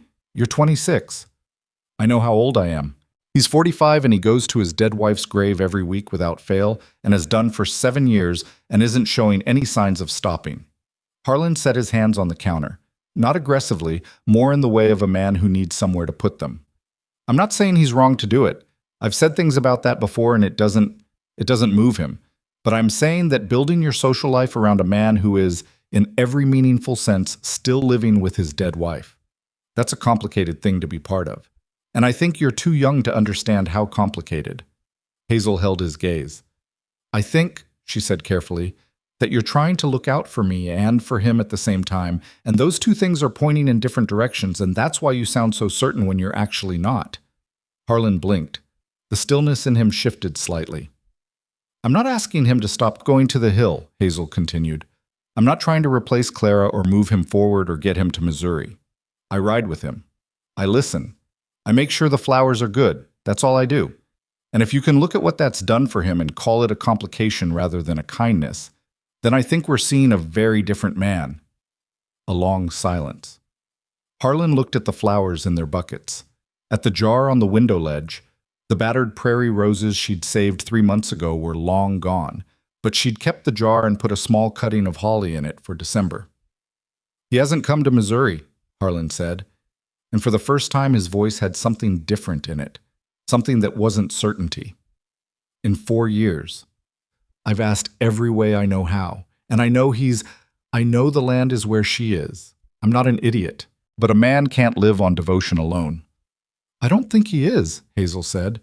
"I think he's living on the ranch and the cattle and the seasons and the ordinary things, and the devotion is what gives it shape." Harlan looked at her. "You've got strong opinions about a man you've known 3 months." "He talks to me," she said simply. "People who talk to you honestly. You learn a lot from them quickly." Another silence. This one had a different quality. Not hostile, not convinced, something in between. "Clara trusted people quickly too," Harlan said, and his voice had gone somewhere else. Somewhere older, somewhere that remembered. Silas always said that was how he knew she was braver than him. She could let people in without needing to know everything about them first. Hazel said nothing. She let that sit. Harlan straightened. He looked at his hands on the counter. "I'm not your enemy, Miss Whitmore." "I don't think you are. But I'm not going to pretend I'm not concerned." "I wouldn't want you to," she said. "A man should be concerned about his brother, especially when they're the only family each other has." He looked at her sharply. "He told me," she said, "when we talk." Harlan's jaw shifted slightly. "He told you that?" "He talks about his life honestly. That's part of why I trust him." Harlan picked up his hands from the counter. He reached into his jacket and produced a card. His name, his address in Missouri, the farm. He set it on the counter. "If something changes," he said, "if anything about his situation changes, the ranch, his health, anything, I'd appreciate knowing." Hazel looked at the card. "You should ask him for that," she said. "Not me." Harlan's mouth tightened. "He won't tell me." He might, she said, if you talk to him the way you talked to me just now, without the certainty. He looked at her for a long moment. Then he picked up his card and put it back in his pocket. I'll think about that, he said. He left. Hazel released the breath she'd been mostly holding for the past 20 minutes and went to put the kettle on. She found out later from Silas on the following Friday that Harlan had gone back to the ranch on the Wednesday. Not with a prepared speech this time. He'd come, Silas said, in the afternoon, and he'd sat in the kitchen and they'd talked for 3 hours, which was the longest they'd talked since before Clara died. Harlan had said, I don't understand what you're doing, but I think I've been wrong about why you're doing it. Silas had said, that's probably the most you're going to get from me without arguing about it for another 4 years, and I'd rather not. Harlan had laughed. He hadn't laughed with Silas, by Silas's account, in longer than either of them could precisely remember. He'd left for Missouri on Thursday morning. He'd shaken Silas's hand at the door, which was what Granger men did instead of the things they couldn't say. He'd looked at the westward porch and the leaning barn and the plains rolling away to the horizon, and he'd said, you could have gone anywhere, Silas. When you came out here, you picked this. I picked it with Clara, Silas said. I know. Harlan had put his hat on. I know you did. He'd ridden away east toward Missouri, and Silas had watched him go from the porch and felt, he said, the particular complicated grief of being known imperfectly by the person who has known you longest. The kind of grief that doesn't have a resolution because it isn't a problem that can be resolved. It's just the truth of being people who grew up in the same house and then grew in different directions and love each other across the gap. Hazel listened to all of this riding through the December cold. When Silas finished, she said, Are you glad he came? Silas thought about it. Yes, he said, in the way that things you'd rather not go through are still sometimes necessary. That's most things. Most things, he agreed. They reached the hill. The oak was bare against the sky, its branches intricate and dark. The grave was exactly as it always was. The stone, the 4 words, the particular quality of stillness that the hill had in all seasons, as if the land itself had decided something permanent about this spot. Silas laid the flowers against the stone. December lilies, which were harder to come by and which Hazel had sourced from a supplier 2 towns over specifically because she refused to give Silas inferior flowers in winter. He noticed. He always noticed. He talked to Clara about Harlan's visit. He talked about the South Pasture heifer, who had finally made peace with the fence and was, Silas suspected, only waiting for spring to begin dismantling something else. He talked about the morning 2 days ago when the frost on the grass had caught the sunrise at an angle that turned the whole prairie briefly gold, and how he'd stood on the porch and wished she was standing next to him to see it. That was the one that got into Hazel's chest and stayed there.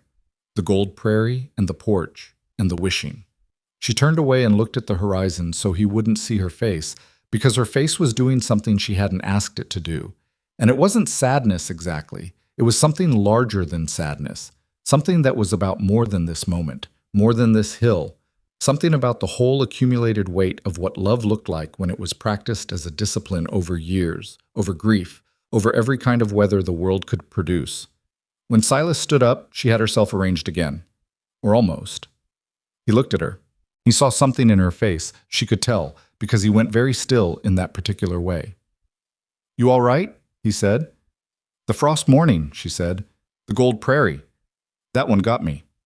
He looked at her for a moment. It was something, he said quietly.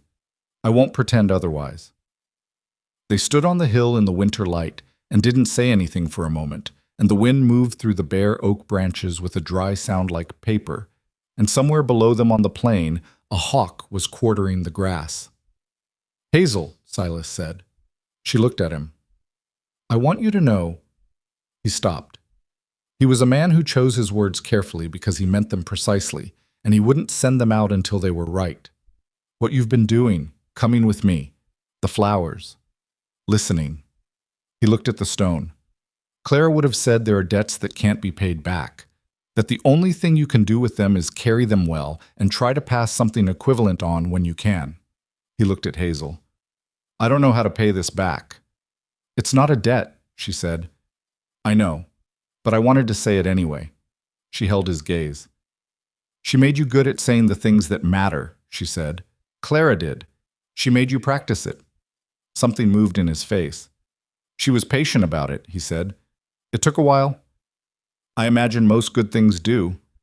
He looked at her for a moment longer, and then he touched his hat brim, and they untied the horses, and they rode back toward Millhaven in the pale winter afternoon. When they came in off the prairie and down the main street, the town looked different than it had in October. It was the same buildings, the same rutted street, the same sky above it. But some of the people standing outside the general store looked up as they passed and nodded, not with the avid curiosity of before, not with the theory-building speculation. Something quieter than that.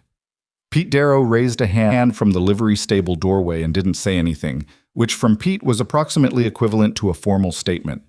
And Margaret Hollis, coming out of the bank with her husband, stopped on the walk and watched them pass and said nothing, but her hands were at her sides this time, not folded in front of her. Hazel registered all of it in the peripheral way she'd been registering the town's attention for months. She didn't perform unawareness, and she didn't perform acknowledgement. She just rode. At the shop she dismounted, and Silas took Patience's reins as he always did. Same time next week, she said. Same time next week, he said. He touched his hat and rode northwest, and the town watched him go, and then went back to its business, and Hazel went inside and took off her coat, and her mother looked up from the counter with an expression that asked a question without using any words. He's all right, Hazel said. Harlan's gone back to Missouri. Adelaide nodded. And you? Hazel hung her coat. She thought about the frost morning and the gold prairie and the porch and the wishing, and the way Silas had looked at the stone and said Clara would have said there are debts that can't be paid back. I'm all right, she said. Her mother looked at her with 30 years of reading people in a flower shop. Mostly, Hazel added. Adelaide seemed to accept that as an accurate accounting. She went back to her work, and Hazel went back to hers. And the December afternoon settled around the shop and the town and the prairie beyond it, cold and enormous, and for the moment, still. Winter settled into Millhaven the way it always did, without apology and without any particular interest in how people felt about it. January came in hard, with 3 days of snow that buried the main street to the horses' knees, and kept most people indoors doing the kinds of things people do when the world temporarily stops being traversable.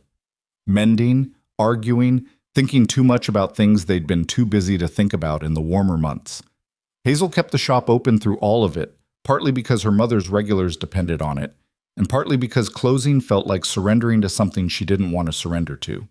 She ordered extra stock from the supplier 2 towns over, the same one she'd been using for the winter lilies, and she kept the bouquet ready every Friday, regardless of the weather, because Silas had walked through mud in the wrong season with battered fence-line roses, and the least she could do was have something worthy of the hill waiting for him when he got there. He always got there. That was the thing about Silas Granger that Hazel had understood intellectually in October and understood in her bones by January. The man did not stop. Not because he was incapable of stopping, he was not a person defined by stubbornness in the ordinary sense. He stopped when stopping was right. He was patient with cattle and weather and difficult situations and neighbors he found trying. But there were things he'd decided about, and those things he simply continued doing in the way that the creek continued running even in August when it had no business running. Not with drama, not with announcement, just because stopping was not in its nature. He came every Friday. He bought the flowers. They rode to the hill. He talked to Clara. They rode back. And Millhaven watched, and gradually stopped watching in the way it had been watching, and started watching differently. It was Margaret Hollis who named it first, which Hazel found both fitting and surprising.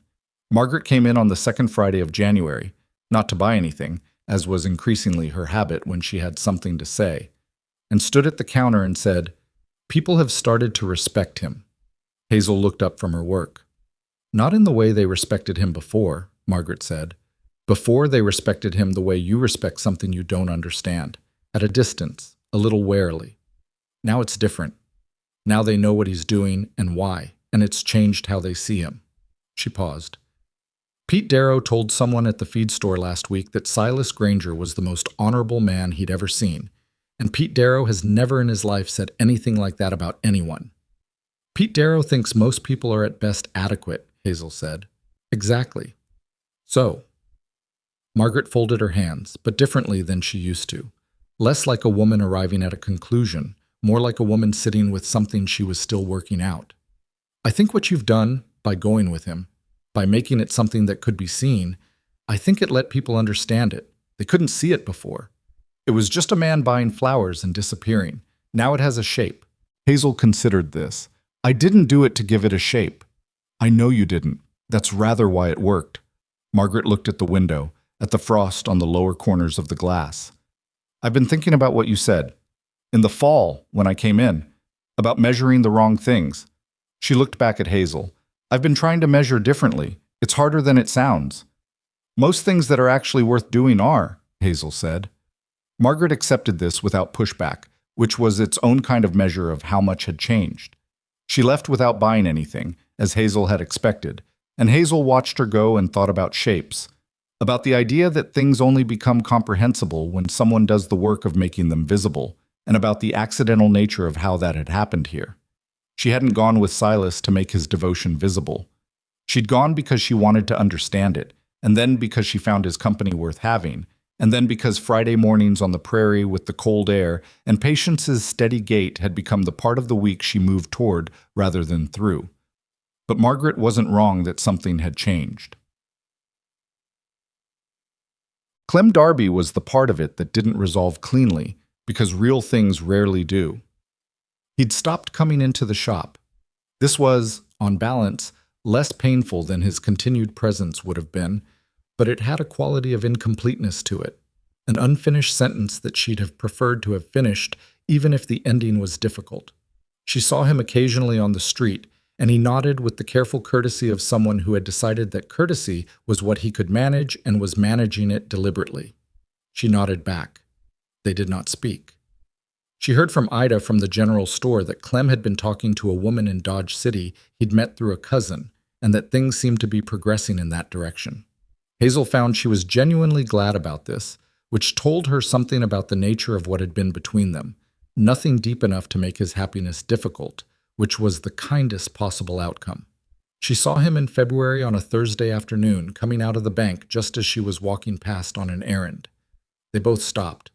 The usual careful nod, and then, she wasn't sure why, except that incompleteness had been bothering her in a low-grade persistent way for 2 months. She said, "Clem, I'm glad you're doing well." He looked at her. He looked, she thought, like a man who had put something down that he'd been carrying and was still getting used to not having the weight. "You too, Hazel." A pause. "I shouldn't have," he started. "You didn't do anything unforgivable," she said. "You were honest about what you wanted, and you didn't handle it perfectly. That's most people." He seemed to need a moment with that.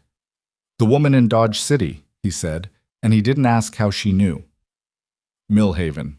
She's coming up to visit next month. I hope it goes well." "Thank you." He said it simply, without performance. Then, "He's a good man, Silas Granger. I said things about him I shouldn't have.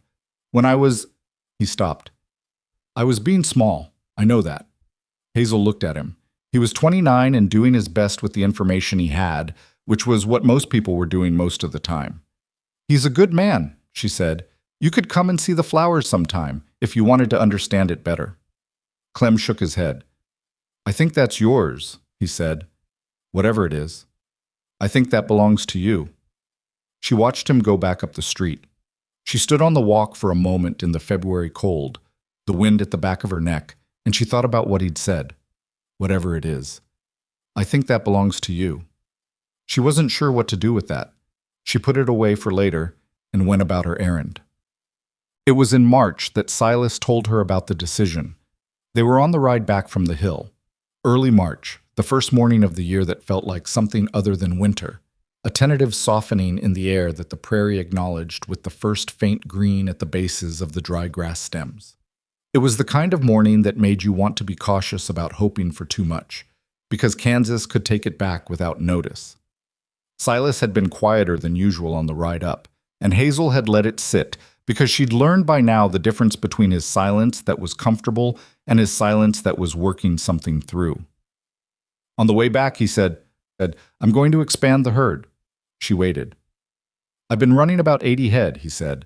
"I've got the land for 120, maybe 130, if the South pasture cooperates. I had a man contact me about buying calves from an operation down near Wichita. Good stock. It would mean a significant outlay this spring and a lot of work through the summer. He looked straight ahead. It also means I'd need help. I can't run 130 head alone. You're going to hire someone. I've been thinking about it for 2 years, he said. I kept not doing it. I told myself it was the expense, or the timing. He paused. I think it was more that having someone on the property every day meant the place had to be for something other than what it's been. Hazel let that sit for a moment. Then, carefully, what has it been? He wrote in silence for a bit. A place I maintain, he said, for Clara's sake, in her memory, because she loved it. He looked at the prairie, at the early green bases of the grass, at the enormous sky above it. But Hazel, I've been thinking since Harlan came, not about Missouri. I'm not going to Missouri, but about what Clara actually meant when she made me promise not to let the loneliness harden me. She didn't say, preserve the ranch as a monument. She said, keep giving something to somebody. Keep being open. You think hiring a hand is being open? I think it's being practical, he said, which Clara would have said was the same thing. The smallest movement at the corner of his mouth. I think it means I'm deciding the ranch is a place where things happen, not just a place things happened, and that's... He stopped, started again. That took me 7 years, and I'm not going to pretend it didn't. Hazel looked at him. He was 45 years old, and his face carried all the weather he'd lived through, and he was making a decision that was small on the surface and enormous underneath. And he was making it on the back of a horse in early spring with the first green of the year coming up through the dead grass of last season. Clara would be glad, Hazel said. He looked at her. You think so? She made you promise not to calcify. Hiring a hand is the opposite of calcifying. He considered that. She'd have found someone unsuitable to hire on purpose, he said, just to see how I handled it. That was her way. She'd test you with something difficult and then be prouder than she let on when you figured it out. Hazel laughed. A real one, the kind that came without permission. She sounds exhausting. She was, he said, with something in his voice that was so clearly love it couldn't be called anything else. She was the best kind of exhausting. They rode into Mill Haven in the early spring morning, and something had shifted, though Hazel couldn't have named the precise nature of the shift until later. It was something about the word for something going from past tense to present tense, even if the subject of that word was still gone. Clara wasn't becoming less gone, but the ranch was becoming more alive, and those were two separate things moving in the same direction. The hired hand arrived in April.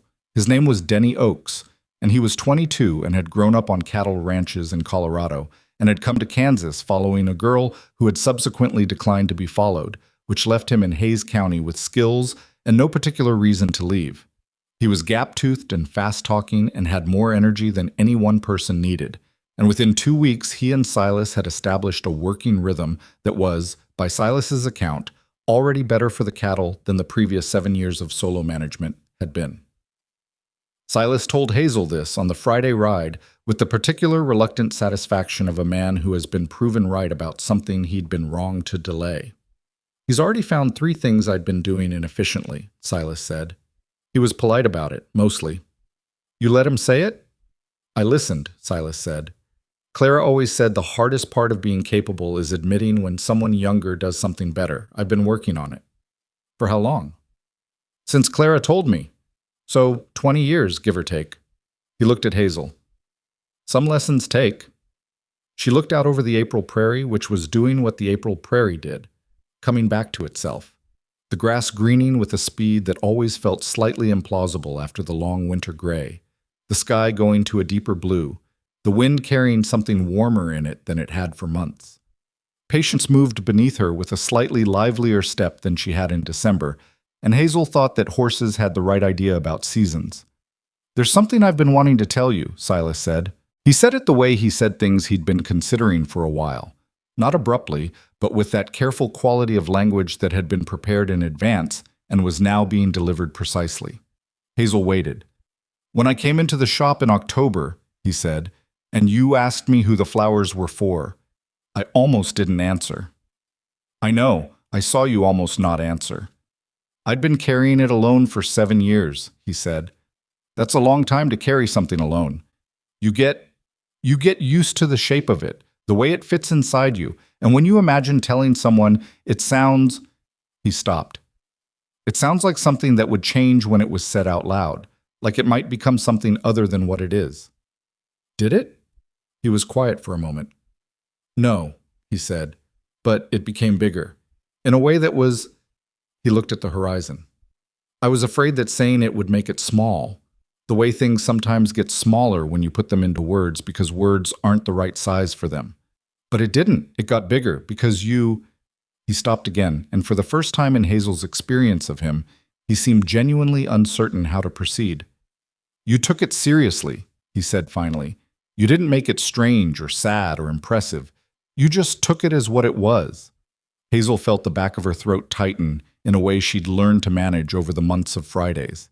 That's because it was what it was, she said. You didn't need me to make it anything. No, he said.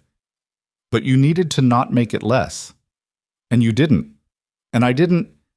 He adjusted his hat, which was a gesture she recognized now as the one he made when he was being more honest than he'd planned. I didn't know how much I'd needed that until you did it. They rode in silence for a while after that.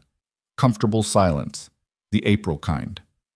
The conversation she'd been putting off having with herself arrived the way those conversations always do. Not at a convenient moment and not with any particular announcement. It arrived on a Thursday night in late April, while she was closing the shop alone, her mother having gone to bed early, the street outside gone quiet. She was wrapping stems for the next morning's delivery, and she was thinking, as she had been thinking in some background portion of her mind for several months, about what Clem Darby had said. Whatever it is, I think that belongs to you. She thought about what it was. It was not love in the conventional sense. She was clear-eyed enough about herself to know the difference between genuine love and the particular tender attachment you form to someone whose integrity you admire and whose grief you've been trusted with. She cared about Silas Granger. She cared about him in the way you care about someone you've ridden 11 miles across a Kansas prairie with in every kind of weather, someone who has shown you the inside of his life without flinching, someone who has given you his honesty every Friday for 6 months. But what she felt for him was not the thing he felt for Clara. It could not be and was not meant to be. Clara's place in Silas's life was not a vacancy.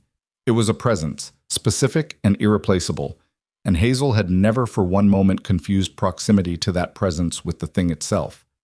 What she felt was something else. She thought about what Adelaide had said back in October, the kind of story that pulls at you, makes you want to be part of it. She'd been part of it. She was still part of it. And the question she had been not quite asking herself for months was whether being part of it was enough, or whether she wanted something of her own that it couldn't give her. The honest answer, working through it in the empty shop with the stems in her hands and the smell of spring flowers around her, was both things were true. She wanted to keep going to the hill. She also knew that she was 26 and that Fridays with Silas, whatever they were not a life. They were a part of a life, an important part, but a part. She thought about that for a long time. When she went upstairs, Adelaide was not entirely asleep. Hazel. I'm all right, Mama. I know. A pause from the back bedroom. I just wanted to say, what you've been doing this year, with him. It was right. Whatever else you figure out, that part was right. Hazel stood in the dark of the small kitchen. Outside the window, the April night was clear and cold, the stars very bright and very far away. I know, she said.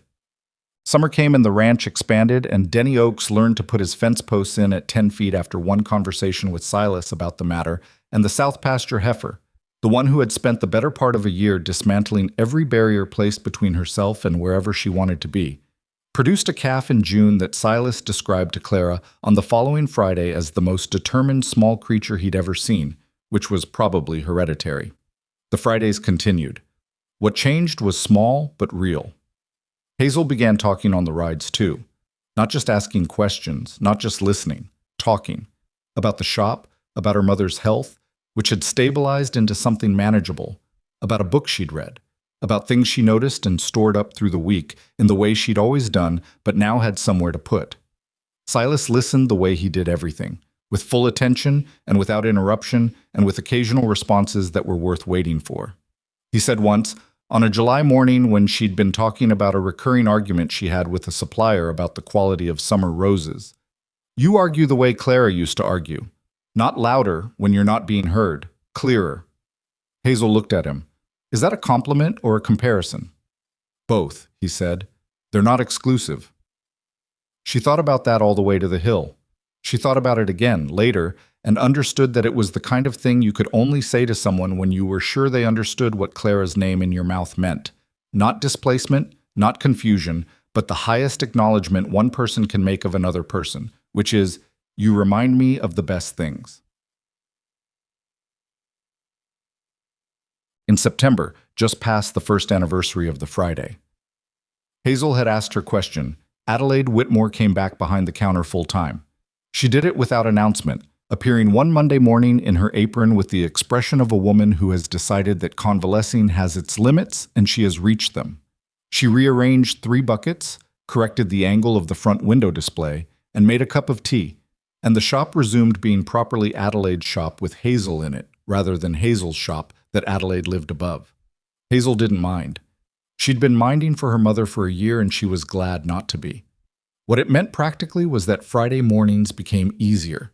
Adelaide could open, could handle the early customers, could be the shop in the way that Adelaide was the shop, and Hazel could prepare the flowers and ride out with a less divided attention. On the first Friday of Adelaide's return, Hazel came downstairs at 7:30 to find her mother already behind the counter, already working, the bouquet for Silas already being prepared with the careful attention of a woman who had known this ritual was coming and had decided she wanted a hand in it. Hazel stopped in the doorway. Adelaide was choosing the lilies herself, examining each stem, making decisions with the same thoroughness Hazel had inherited. The prairie roses she was selecting for color, reaching past the paler ones for the deeper pinks. She felt her daughter looking at her and didn't look up. "I know which ones he prefers," she said. "I've been watching for a year." Hazel leaned against the doorframe. "Mama." "I never asked who they were for either," Adelaide said. "For years I never asked. I just wrapped them and took his money and told myself it wasn't my business." She finished the bouquet.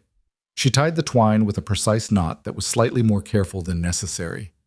"I'd like to have a part in it now, if that's all right." Hazel crossed the shop and stood beside her and looked at the bouquet on the counter. White lilies, deep pink prairie roses, wrapped in clean brown paper, tied with clean twine. "He won't know the difference," Hazel said. "I'll know," Adelaide said simply. But the October morning that changed things came without particular warning, which was how the things that actually matter tend to arrive. Hazel was in the shop at 8 when Copper appeared on the main street without his rider. The horse walked in from the northwest at his usual steady pace, which was so much Silas's pace that the wrongness of it took a moment to register.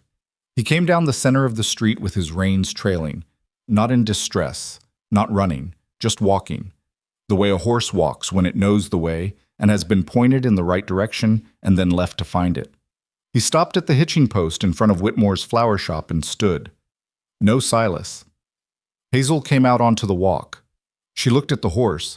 She looked down the street toward the northwest edge of town and saw nothing. The bouquet was still in her hands. She'd been checking the twine when she heard the hoofbeats. Pete Darrow came out of the livery at a near run, which was not a thing Pete Darrow did. "Miss Whitmore," he said, and the quality of his voice made her stomach go cold. "When did he come in?" she said. "Just now, just this moment." Hazel looked at the horse. She looked at the flowers in her hands. She looked at Pete and understood that he understood what this meant as well as she did. "I need a horse," she said. Pete had one saddled in under 4 minutes, which was either the fastest he'd ever moved in his professional life or close to it. She rode northwest. She found him on the prairie 3 miles out from the hill. He was on the ground beside the trail, which had been churned by something recent, a stumble, Copper putting a foot wrong in the soft autumn ground. Silas was sitting up when she reached him, which was enough to unknot the worst of the fear, but he was sitting up in the way of someone who has tried to stand and cannot, his left leg at an angle that told her everything before he said anything. "The leg," he said when she came off the horse. "I can see." "Copper's fine. I know, he's at the post. I'll get you back to town."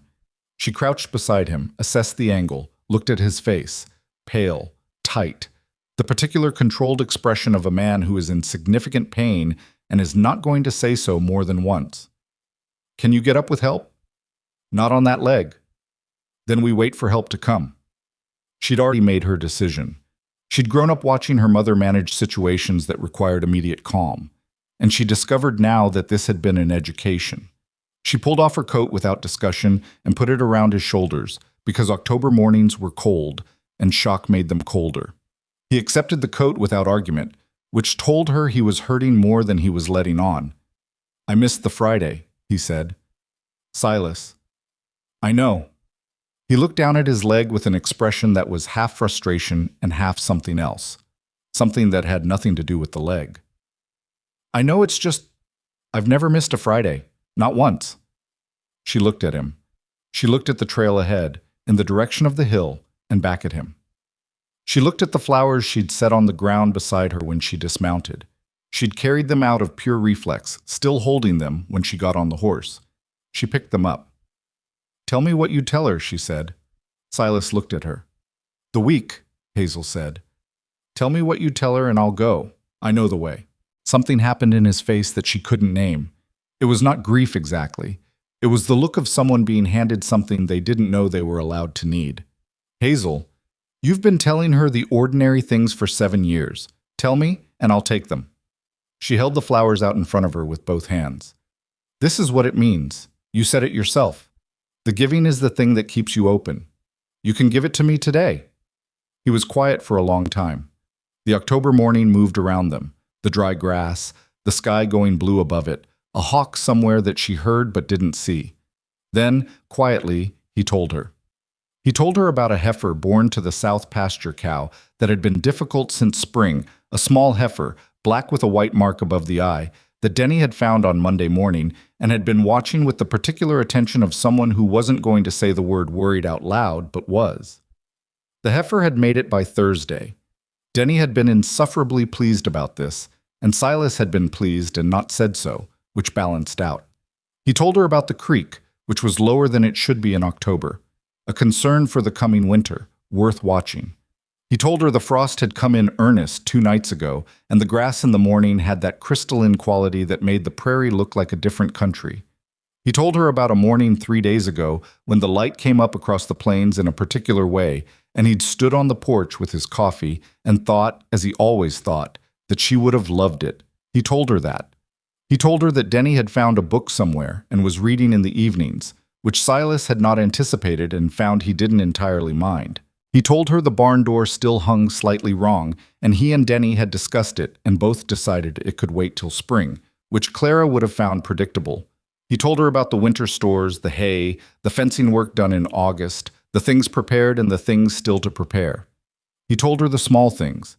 Hazel listened to every word. Then she took the flowers, and she looked at him one more time, and she rode northwest to the hill. The hill was unchanged. The oak above it had turned, the leaves deep gold and copper, and the stone at its base had the same stillness she'd seen every Friday for a year. She dismounted and walked up the short rise and crouched beside the stone, the way she'd seen Silas crouch beside it 100 times, and she set the flowers carefully against it. The white lilies, the deep pink roses, her mother's knot in the twine. She was quiet for a moment. Then she said out loud, to the stone and the hill and the old oak going gold above it, the heifer made it. Denny was pleased. The creek is low, and there was frost this week, and the morning light 3 days ago was something he wishes you'd seen. She paused. He's all right. He'll be all right. His leg's going to take some time, but he'll be all right. She sat there for a moment, not talking, just there. The wind moved through the oak leaves with a sound like a slow breath. The prairie stretched south and flat and enormous. She thought about the 4 words on the stone. She thought about what it meant to love the ordinary things, not just to tolerate them or endure them, but to love them. To understand that the ordinary things were the thing itself, that the extraordinary moments were constructed of them, that a life worth mourning was always a life full of the daily, the small, the unremarkable made remarkable by consistent attention. She thought about all the things she'd learned in a year of Fridays. How to listen without steering, how to be present without taking up more space than was yours, how to take something seriously without making it heavier. She thought about this fact that she was 26 and crouched at the grave of a woman she'd never met and felt closer to her than to most people she'd known for years. That was Clara's doing, she thought. That was what you left behind when you were the kind of person who made the people around you better at being human. You didn't just leave an absence, you left a shape, and the people who came after were formed by the shape without ever having met you. You did a good thing with him, Hazel said quietly to the stone. And I think he's done all right by the promise. I think you'd say so. She stood up. She adjusted the flowers once against the stone. She rode back. Silas's leg healed over 8 weeks, which was faster than the doctor said and slower than Silas thought was acceptable. Denny ran the ranch during that time with the competent irreverence of someone who was 22 and incapable of treating any situation as irredeemably serious, which turned out to be exactly what was needed. He reported to Silas every evening with the thoroughness of a man who understood instinctively that the boss needed to be kept in the picture, and Silas listened and advised and occasionally argued and found, to his reluctant admission, that Denny was managing better than adequately. The Fridays continued with modifications. Hazel went alone to the hill the first 2 Fridays. She carried the flowers, and she told Clara the week, the way Silas had told her to tell her, the small things, the ordinary things, the things that were the substance of the life he was still living. She did this not because Silas asked her to, but because she could see it was what the ritual required, and the ritual was not hers, but she could carry it when it needed carrying. On the 3rd Friday, Silas came with her on a borrowed wagon. His leg still splinted, but improved enough that sitting on a flat surface was manageable.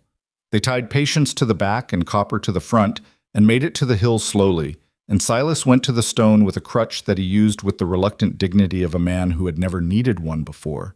And he set the flowers himself. And he talked to Clara. He talked to her about 8 weeks of lying still when he didn't want to be lying still. He talked to her about Denny, who had found the book situation, about the heifer with the white mark, who was thriving in the October cold, about the south pasture fence, which had remained intact through the summer and into the fall, which Silas took as evidence that it had finally reached an understanding with the landscape. He talked about the 8 Fridays he'd missed, not the way you talk about a failure, but the way you talk about a fact you've made your peace with. And he talked about Hazel going to the hill for him. He said it once, briefly, without elaboration, and the quality of his voice when he said it was something that Hazel, standing at her usual distance, filed away without looking at too closely. When they rode back, slowly, the wagon wheels finding every rut in the October trail, he said, "She said thank you." Hazel looked at him. "Clara, I know that's not—" He stopped. "I know she can't say anything. I know that. But when I told her, something settled in me. That's the only way I can put it. Something settled that had been unsettled for 8 weeks." He looked at the prairie. "I think that's what she would have said, if she could." Hazel looked straight ahead. "That's enough," she said. "That's what you needed it to be." By the following spring, the second spring since Hazel had first asked her question, the spring when the south pasture heifer's calf turned 1 year old, and the creek came back up to where it was supposed to be, and Denny found a second book, something in Millhaven had quietly changed. It wasn't dramatic. The dramatic version would have been some ceremony, some public moment, some formal acknowledgement. But that wasn't how real things changed in small towns. They changed in the accumulation of small gestures. Pete Darrow started raising his hand whenever Silas rode through, then started coming out to the hitching post. The quilting circle had moved from speculation to something closer to pride. The way communities become proud of the things within them that turn out to be worthy of it. Margaret Hollis had contributed to the flowers every month since she'd asked, and never mentioned it, and Hazel honored that. Clem Darby had married his woman from Dodge City in February. Hazel had sent flowers for the wedding. Adelaide was back behind the counter, which was where she'd always belonged. And Silas Granger came every Friday at 9:05, and the town knew what it meant, and treated it accordingly. One Friday in April, a woman Hazel didn't recognize came into the shop while she was preparing the bouquet. She was perhaps 60, passing through from somewhere east, and she looked at the shop with the open curiosity of a traveler who has no expectations. "Those are beautiful," she said, looking at the lilies and the deep pink roses. "Thank you," Hazel said. "Who are they for?" Hazel tied the twine. She thought about the question. The same question she'd asked a year and a half ago, and what had happened because she asked it. She thought about Clara's grave on the hill and the 4 words, and Silas's hands receiving the bouquet every Friday with the same gravity he brought to everything that mattered. A woman named Clara, she said. She died 17 years ago. Her husband brings her flowers every week because she loved them and because he made her a promise. The woman looked at her. That's a long time to keep a promise. It is, Hazel said. Does he still love her? Hazel looked at the flowers on the counter, at the work of her hands and her mother's hands, and in a small way, Margaret Hollis's money and Pete Darrow's quiet respect and the whole accumulated weight of what a town had learned to do with something it had first not understood. More clearly than ever, she said. I think he loves her more clearly now than he did at the beginning, because he knows better now what it cost and what it meant. The woman bought a small bunch of carnations for herself and left. The bell above the door settled. The shop was quiet.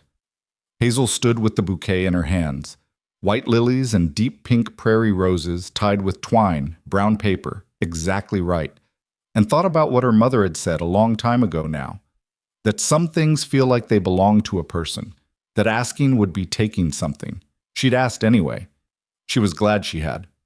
Outside, Copper appeared on the main street at his usual time, coming in from the northwest, at the same steady pace he had always come, carrying the same man he always carried, the man with the battered brown hat and the large, careful hands and the 7, no, now 8, years of Fridays behind him, and however many ahead. Hazel set the bouquet on the counter where he could reach it without waiting. She put on her coat. She put on her gloves. Left first, then right. The bell rang. Silas came in. He looked at her. He looked at the flowers. He looked at the coat and the gloves. Ready, she said. He picked up the bouquet. He paid without counting the money, as he always did. He held the door. They rode northwest together into the April morning, into the open land, into the ordinary day that was the substance of everything, and behind them Millhaven went about its business, and ahead of them the hill waited with its oak and its stone and its 4 carved words, and the prairie grass was green again at the roots, and the sky was the hard bright blue of early spring in Kansas, and Patience walked steadily beneath Hazel with the calm of an animal that knows where it is going and has learned after all this time to trust the weight it carries.